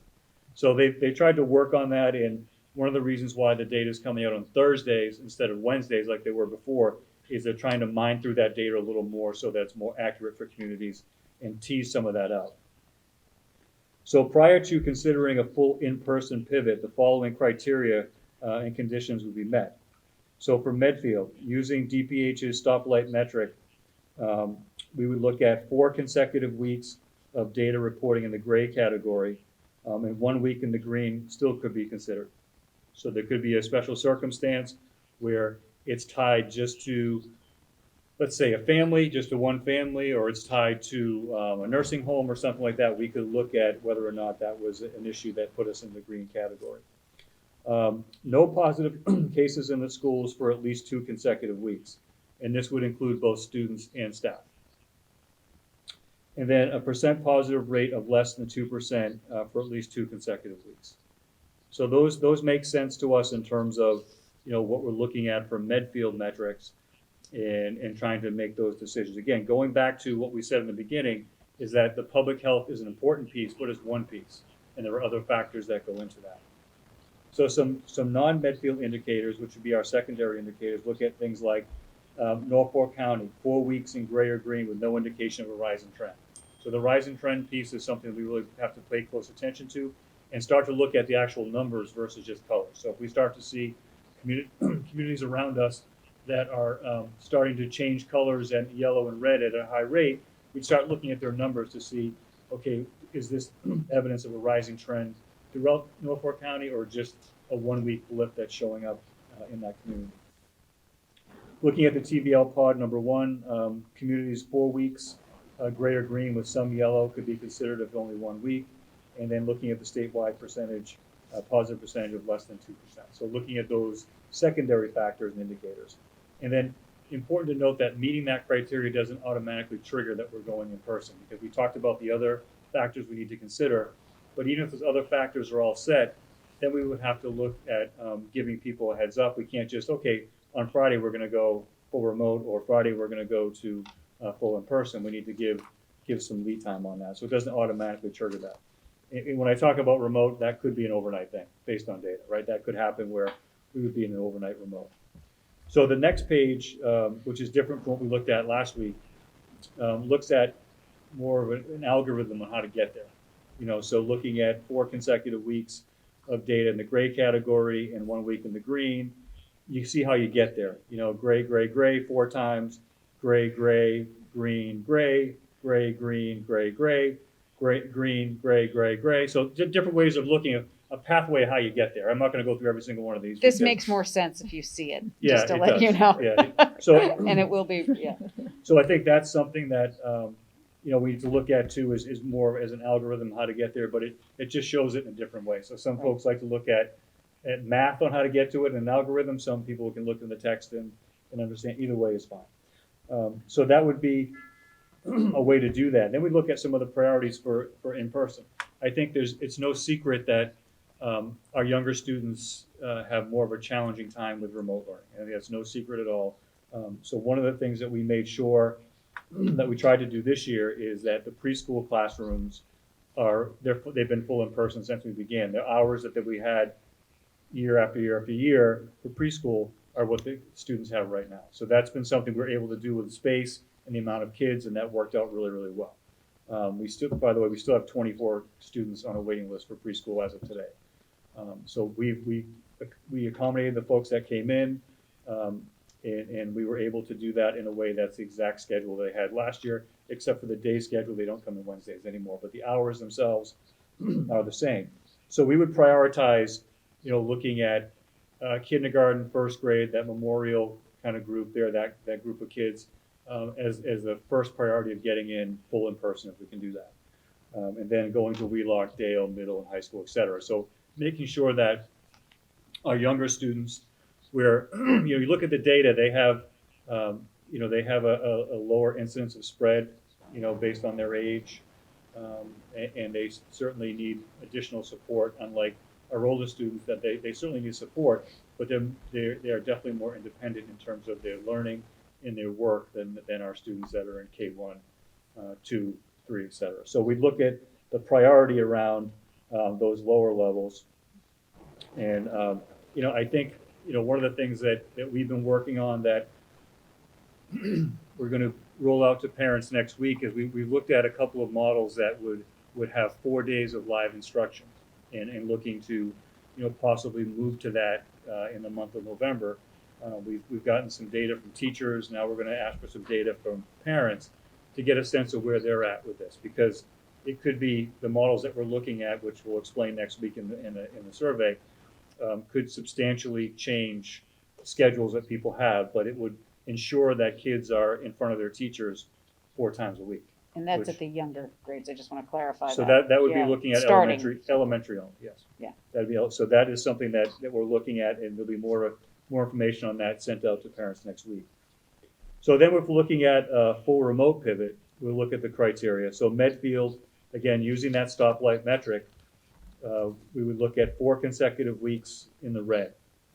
And a week not in the red could still be considered if there are special circumstances. Now, it's a little bit different on the remote because it's not as hard and fast in terms of for red.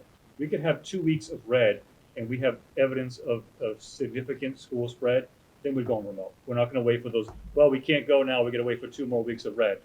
That's not going to be the case. It's going to be a decision based on, what is happening, the number of cases, and if there's evidence of in-school spread, that will change things dramatically. So it's a general, looking at the 4 weeks, but that's, again, looking at what DESE's guidance is. They've talked about several, 3 to 4 weeks of information before you make any type of pivot. If you remember, there was a district, I forget where it was, a couple of weeks ago that went into the red for 1 week, and they pivoted that next day into remote, and then they went back to full because they thought about it and they decided that wasn't the best thing to do. So I think we're going to look at that, the data. And I have to tell you, I was going to share this with you tonight. On my listserv of, my superintendent listserv, there are communities, well-known communities, that are having discussions right now about closing. And I'm not saying we are, because I don't want people to take this out of context. I'm just saying there are communities that are talking about shutting down their schools and going full remote from Thanksgiving to Christmas break. So that is a conversation. I am not bringing that to you. So please, anyone that's listening, please don't misquote me on that. That's not what I'm saying. I'm just saying that there is chatter in surrounding pretty close to us of doing that in conversation. So, we're looking at doing what we can to open up, and there are some people that are definitely thinking the other way. And that could be us at some point too, but I just want folks to know that those are the conversations that are going on out there as well. Those communities are close by. Yeah, oh yeah. Yes, Yeah, they're I close know. by, Yep. right. What is driving that? The fear of the second spike based on so if you look at the information that came out this afternoon from the Department of Public Health, they listed the number of communities in the red, and it's gone from, I think, 23 a few weeks ago to 70 something. So it's definitely, they're seeing an increase statewide, but I think people are looking at that as something they may consider. So I'm just putting that out there. I'm not advocating for that. I'm just saying that those conversations are taking place in other communities. And then evidence of significant in-school transmission could trigger a temporary building-specific closure at any time, even if the criteria above is not met. So that's something that we just mentioned. And looking at some of the secondary criteria, again, we looked at Norfolk County, looking at a rising trend, the TVL pod, if there's a significant amount of red over a period of time, or if the TVL has canceled athletic events because of those communities that are in the red. And then, of course, a directive from the governor or DESE that we all shut down would put us directly in remote. So looking at the key dates for data review, so we wanted to kind of work backwards a little bit on some of this. So the first key date that we have for data review will be November 5th. So we'll take a look at that and look back 4 weeks from November 5th and kind of apply our metric and see where we are and either stay the course or talk about other decisions. And we do that again in December, looking at December 3rd. And those dates are different from last week because the state went from the Wednesday to the Thursday reporting. We were looking at Wednesdays as those key dates, but now it's going to be Thursdays.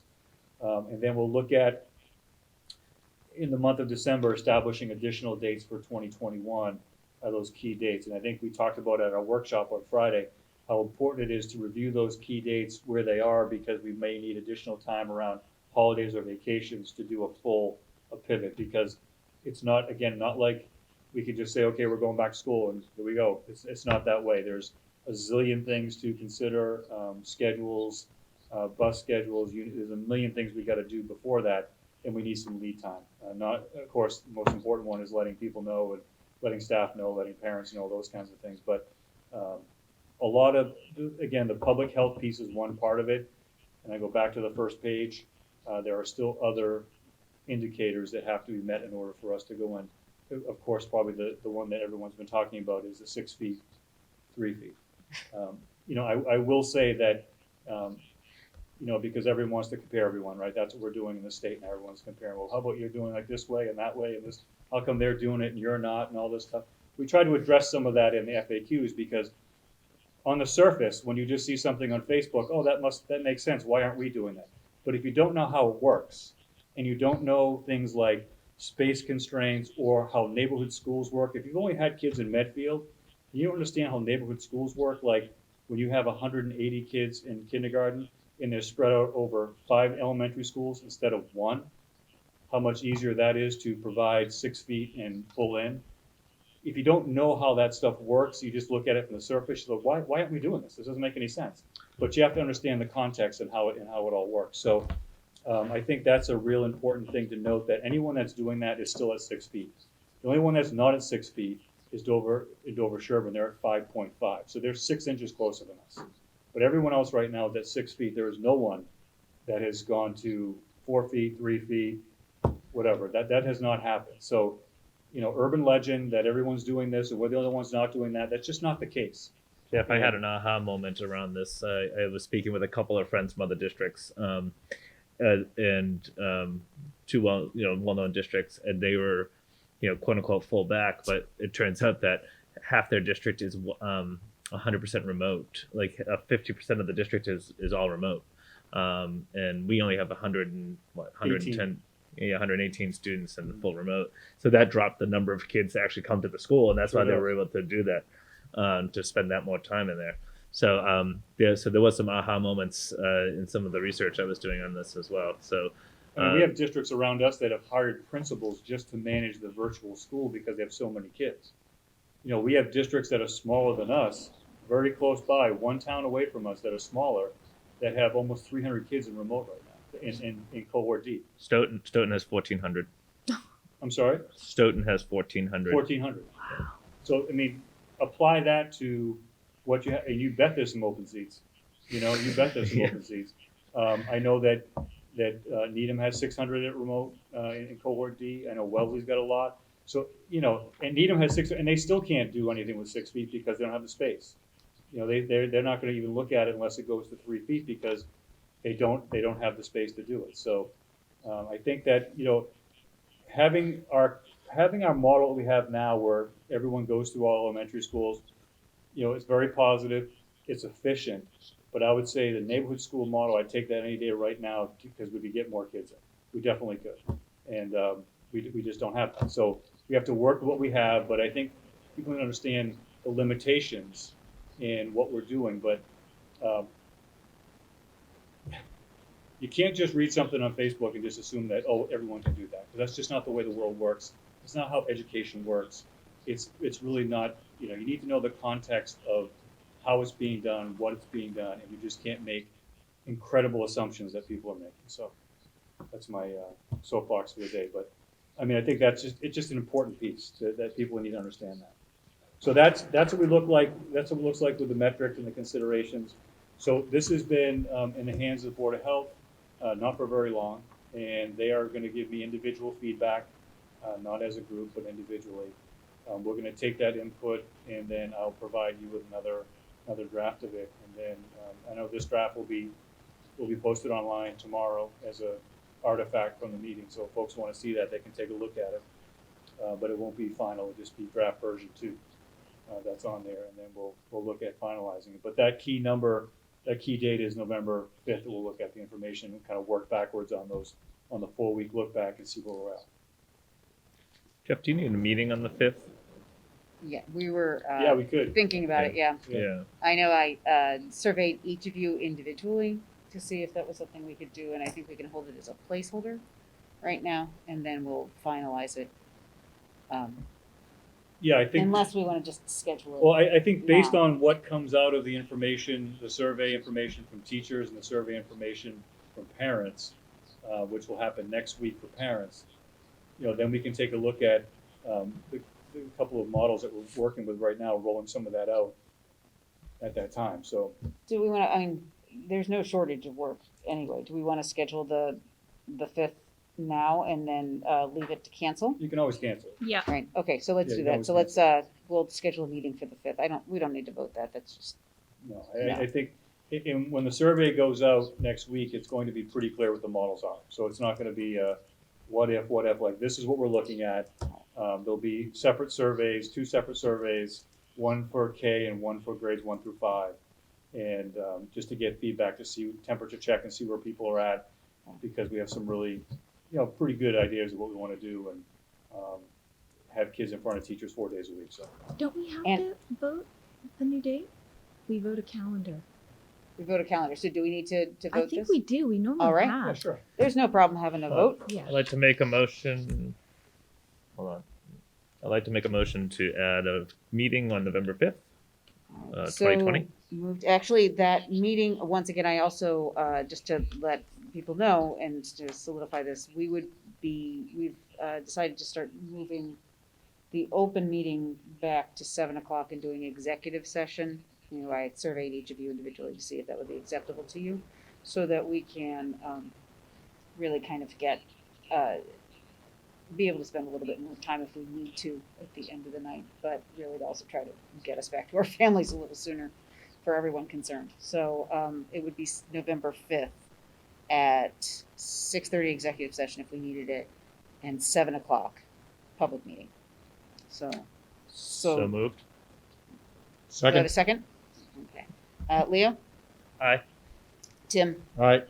Megan? Aye. Anna Mae? I Jessica Riley? Aye. And the motion passes. So I would just add to that, just to remember the data that we get from DPH will probably be out about 4 or 5 o'clock on that day. So we're going to have a meeting with the data right out, within an hour or so. So It'll be fresh. just so you know. Jeff, is that the end of your presentation on this? Is there anything that we want to ask Jeff about before I open up to video comments and public input? I know that we all had this to look at, and that we've been really thinking about this very hard. Shall I open up? Yep. Okay. So now, if you would like to open or to come over via video to do public input, you are most welcome to do that. If you would raise your hand, which is something you can do at the bottom of the screen, it will pop you up to the top of the screen. And I will have Owen bring you over. All you have to do is announce your name and your address, which is part of the public record. So I'll give you about 45 minutes. I'm sorry, it just feels like 45 minutes, 45 seconds, a minute to kind of collect your thoughts and see if you have any questions specifically about our reentry plan right now. And you are always more than welcome to email us. I've certainly received a great deal of emails this week about people being concerned about your kids, and we always respect that. Is there a time limit? 2 minutes. No, 12. Just on the open part of it. On the open part, yeah, I was gonna do a at max 15 minutes, Yeah, okay. but I think we're gonna be okay. Whatever people want. All right, do I have anybody who would like to come over by video, or would you like to think on this, take a look at it, see what you think, and give us feedback by email? All right. I'm going to wrap that up then. And we can move on to the, One. Jeff. there's one? Oh, you got one, yeah. Oh, great. Amara, thank you. This is Amara Kammerer. Can you bring her over, please, Owen?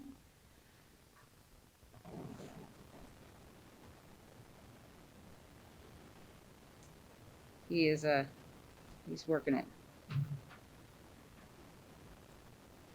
Hi, Amara. It's so nice to see your face. I've gotten letters from you. Can you hear me? Okay, unmute yourself. Can you hear me now? Yes, absolutely. Hi, Amara. It's nice to see you.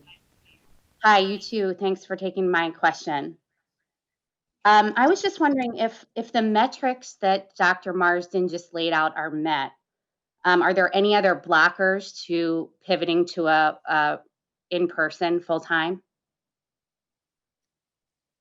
Jeff, do you want to answer Sure. that? Okay.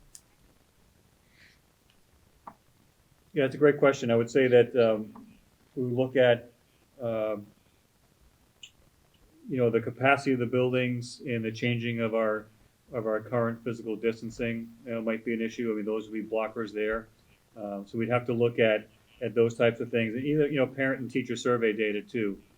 I think just as some folks have written me in the school committee around wanting to reopen, I've gotten a lot of emails about staying the course for hybrid too. So I don't think not everyone is 100% on board with either one of these. So we'd have to look at those additional factors in making that decision. May I ask just one follow-up about that survey?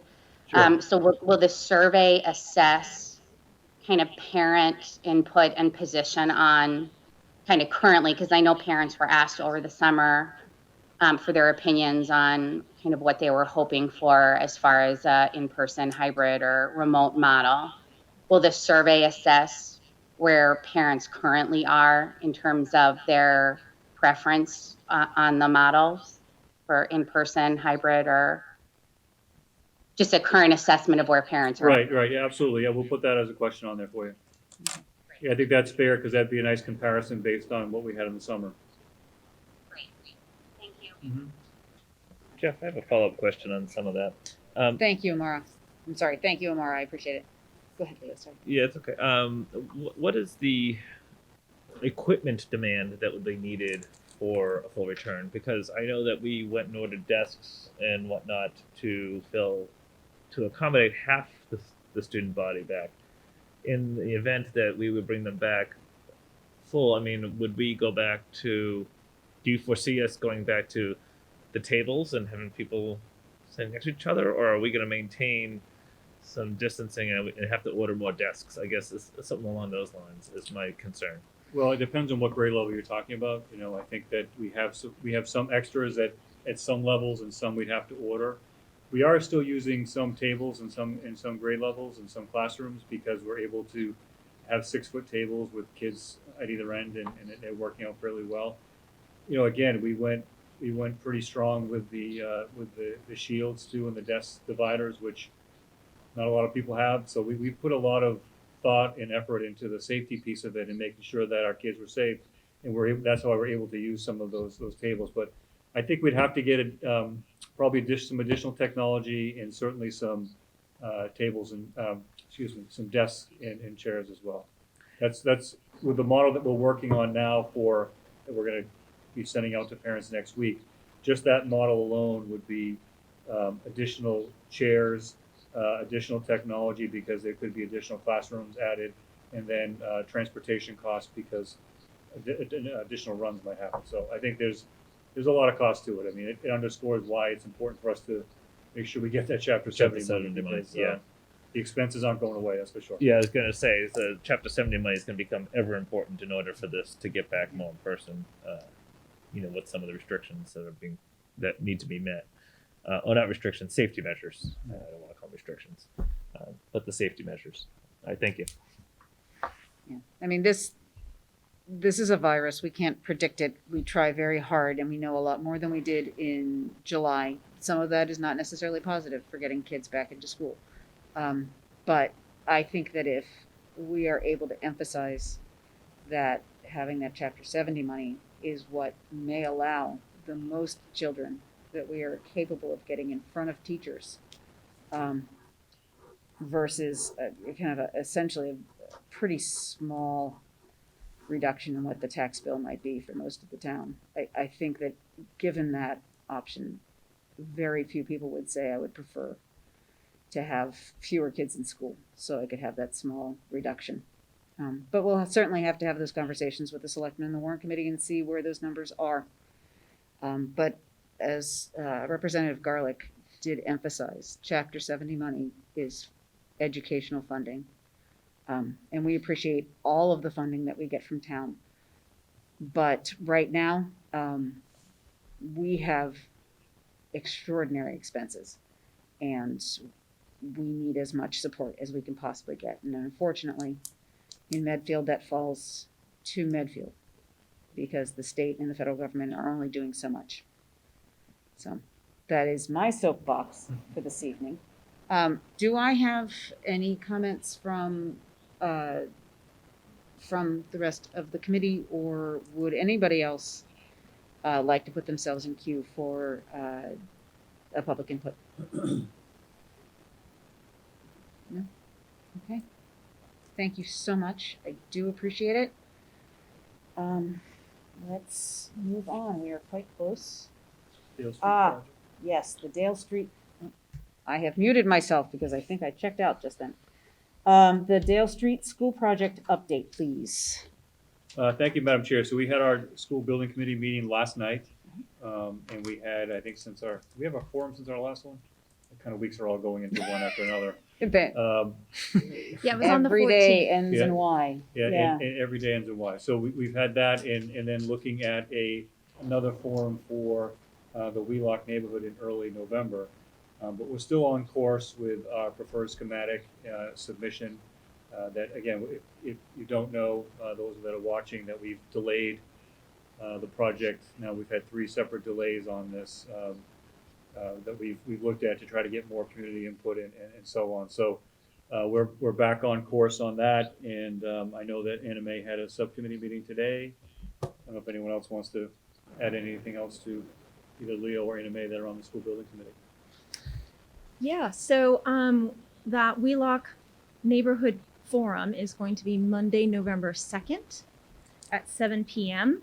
So a couple of things. We're going to have a sandwich board over on Wheelock. I've got to send an email to Holly to make sure that's okay. And also the town is helping us print and send targeted postcards to the Wheelock neighborhood, the surrounding streets, so we can maximize attendance and allow neighbors to know that. And really what's going to the focus, or the priority rather, of this Wheelock Neighborhood Forum is really to address their concerns. Traffic is a huge piece. And also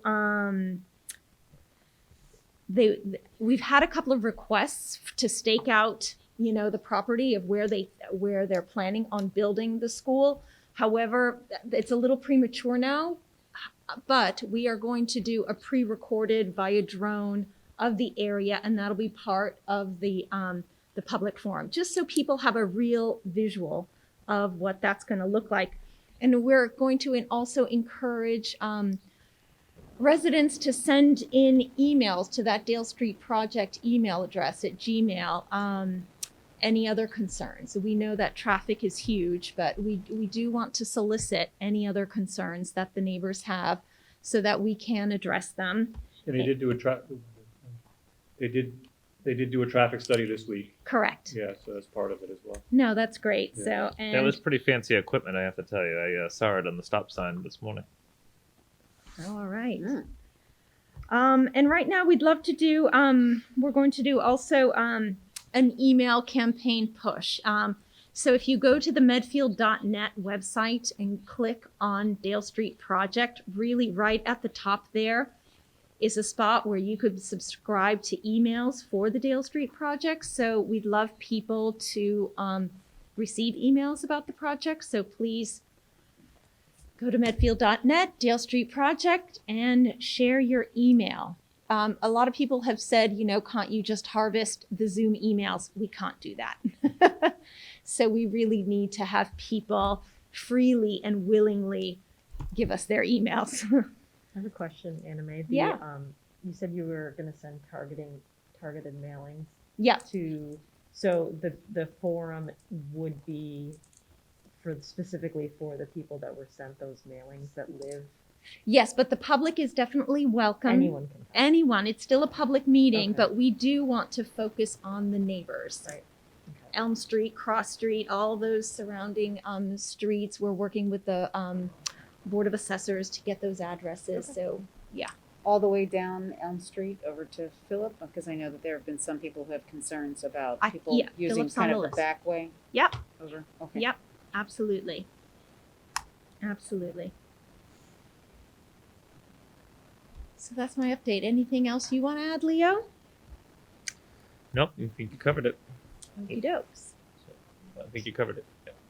Okay, thank you. The next one, oh, God love Mary. She's probably been on here for a while, or I don't know. This is about the second reading of the Title IX policies and a potential vote if none of us see issues or differences over the first and second reading. I mean, these are essentially mandated as to what we need to do, and we've done trainings with them already. And as Dr. Marston said, they, may change, but it would take 2 years Is to Mary kind of get through. coming? I don't know if Mary's coming or I not. believe Do Mary's we- there. Okay, Mary, God love you. I believe she is. She is. Oh, and do you want to bring her over? Thank you. Assuming Mary, you would like to be brought over. I don't know if she would. but- Surprise.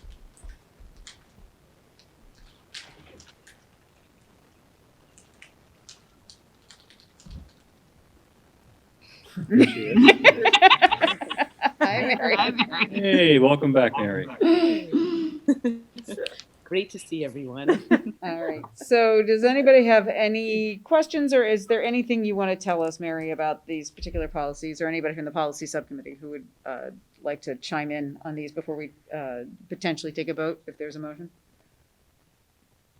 Only kind of update to the policies that we changed was just to make me the overarching Title IX coordinator for the district. And we took the principals off of the Title IX coordinators.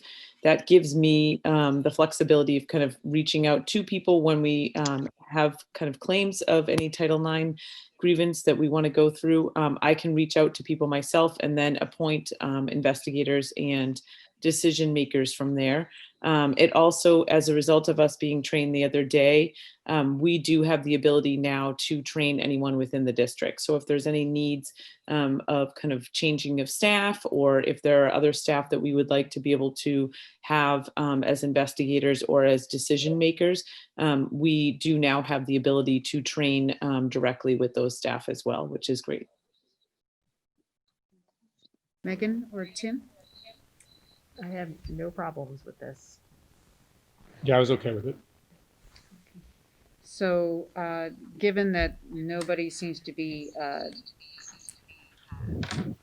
sorry, now I'm hearing an echo. But, given that nobody seems to have any major concerns about the policy as written as we've read it now, does anybody? I think Leo's earphones are just really, really loud. Oh, Oh, okay. I'll try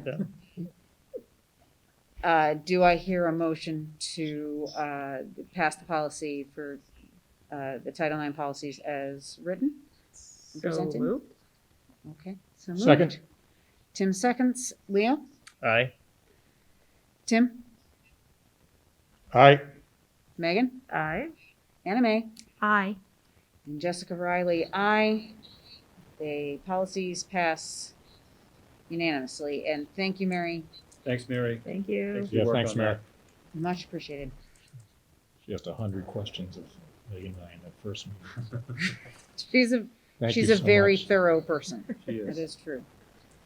Okay, now if we will go to informational items. And another person I would really like to thank for hanging in with us is Andrew Barrett, who is the student rep and has sat through some of the longest meetings on record. So thank you. I know that this is, it may not be past your bedtime, but it's almost past mine. So thank you. I understand it really cuts into your study time, and you've really taken a lot of initiative. So do you have things that you would like to update us on in terms of student life and how things are going, or your opinions on anything that we've spoken of tonight? Not really. I just have a few updates about what student council is doing and planning on right now. So basically, we're still working on getting our full council back together. We're just wrapping up getting the walk-ons on. We're doing interviews next week, so then by the hopefully start of November, we're going to have a full council. We can start kind of firing with all cylinders with what little we can do. And one of those events that we can do that we're kind of excited about is a hot chocolate stand during the mass break. So when it's like 40 degrees out and it's 9 in the morning and you have to go outside, then you're gonna be able to get some hot chocolate. So that's kind of one of our main fundraisers that's in the works right now. A lot of our other events can't happen because of COVID concerns, and we pushed a lot of them to the spring, but we're trying to get creative and make the most of it. So that's kind of all I have, but yeah. That is a lot. A lot. Thank you. And I think that probably Mr. Mr. Gavigan and Mr. Ornberg and I will be calling on you to help us, along with whatever students end up wanting to be part of the logo discussion or the warrior discussion, to be able to really do that outreach to make sure that students are understanding what's going on.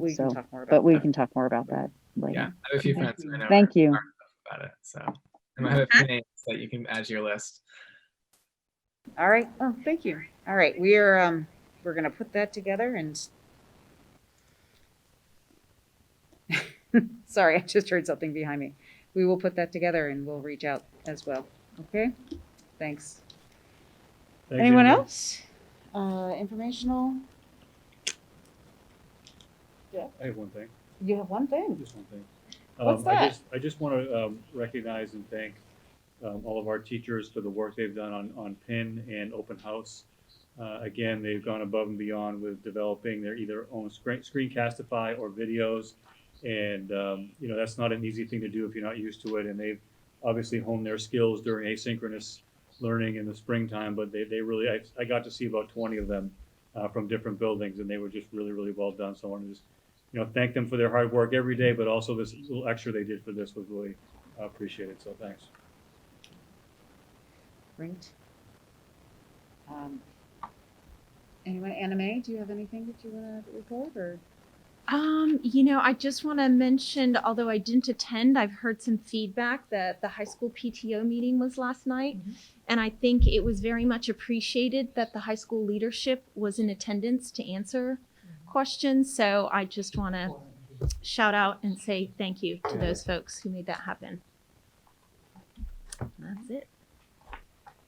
Yeah, I attended said meeting, and despite the Zoom bombing that was prevalent, which was my first experience with Zoom bombing, so it was kind of cool. It wasn't cool, but I don't know what the word is, but it was enlightening. It's something you get to check off. The show went on, and there you go. You get to check that off on your COVID bingo card. It's on the bucket list, and I apparently will be sitting in on a warrant committee meeting tomorrow, and hopefully we'll start on the same page and we'll go from there. I don't know if any of you are also going to the Challenge Success webinar that is tomorrow. No, maybe. Well, I am. Okay. So I will report back to you on that. And it has escaped me what the actual speaker is right now, but I'm sure it'll be good. So I'll report back to you on that. And that's all I have. Okay. Two comments, just reinforcing. I think everyone here knows I really have been saying things like the PTO meetings, site councils, and networks that we have is one of the best ways to get feedback. Getting that feedback local. I hope we keep doing that. And second comment is on a lighter moment. I had probably one of the first felt like 100% normal school moment. And thank you. I won't say which school or daughter, but somebody opened up the grade books, and it felt just like last year as I was talking to our daughter about where they can improve. So, getting that back, it felt the exact same, at least. So I thought I'd share that one. Good. Leo, anything? I have one other thing. Oh, Yeah, just I want to thank the schools and the staff have been wonderful. If you haven't heard Aaron Watson out with the megaphone during dismissal time, you don't know what you're missing. So definitely you want to go by and hear that She show. doesn't need a megaphone. Yeah, well, that's what I was And thinking, love right? her. No, but everybody's been it's been really good and lively. The feedback I've been getting is from teachers and parents has been good. So please keep it coming, both for and against what's happening. I know it's a tough time for everybody, and the feedback is being heard. So I appreciate it, and as you know, everyone is doing the best that they can, and I think we have a great path forward. So I'm really excited about that. I probably have something, but I got nothing right now. So, and Jeff has one more. Thank you. I just want to recognize MCP is doing their One Medfield initiative, and they are, if you haven't seen, I saw 3 of them today actually, the end of driveways that they are painting the Medfield M and the hashtag One Medfield. So I want to just promote that. They're also doing something called Humans of Medfield Public Schools, where they're putting posts on social media featuring photos of teachers, administrators, and school staff in their environment and what they're doing. So really positive, informative stories to give a peek in the day-to-day lives of what public school staff do. So I just really appreciate the work that they're doing. They're pretty limited in what they can do with fundraising this year, so they've been extremely creative in what they can do, and also want to, as Tim had said, promote the positivity that's going on in the district. So I want to recognize the work that they're doing and thank them. Thank you. And I am the owner of one of those One Medfield driveway markers, and I love it. And everybody who, the FedEx guy asked me today what that was all about. So I thought that was kind of nice.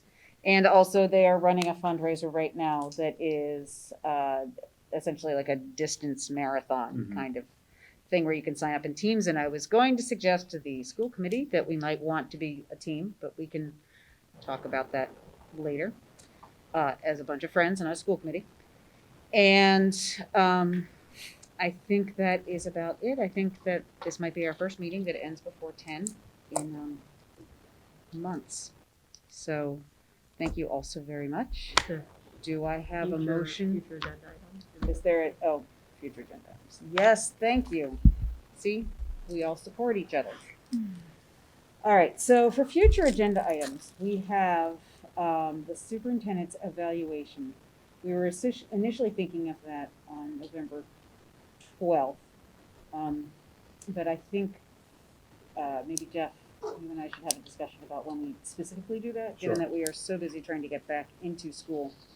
I certainly don't want that to, Jeff's effort into that to kind of make things go slow, certainly. Challenge success. Student feedback, specifically social emotional learning and standards-based report card feedback. We will also continue to update, obviously, on the Dale Project, on reentry, on budgets. It's something we clearly need to keep a very close eye on right now. So with that, do I have a motion to adjourn? So moved. Leo? Second. Anna Mae? So Leo? Aye. Tim? Aye.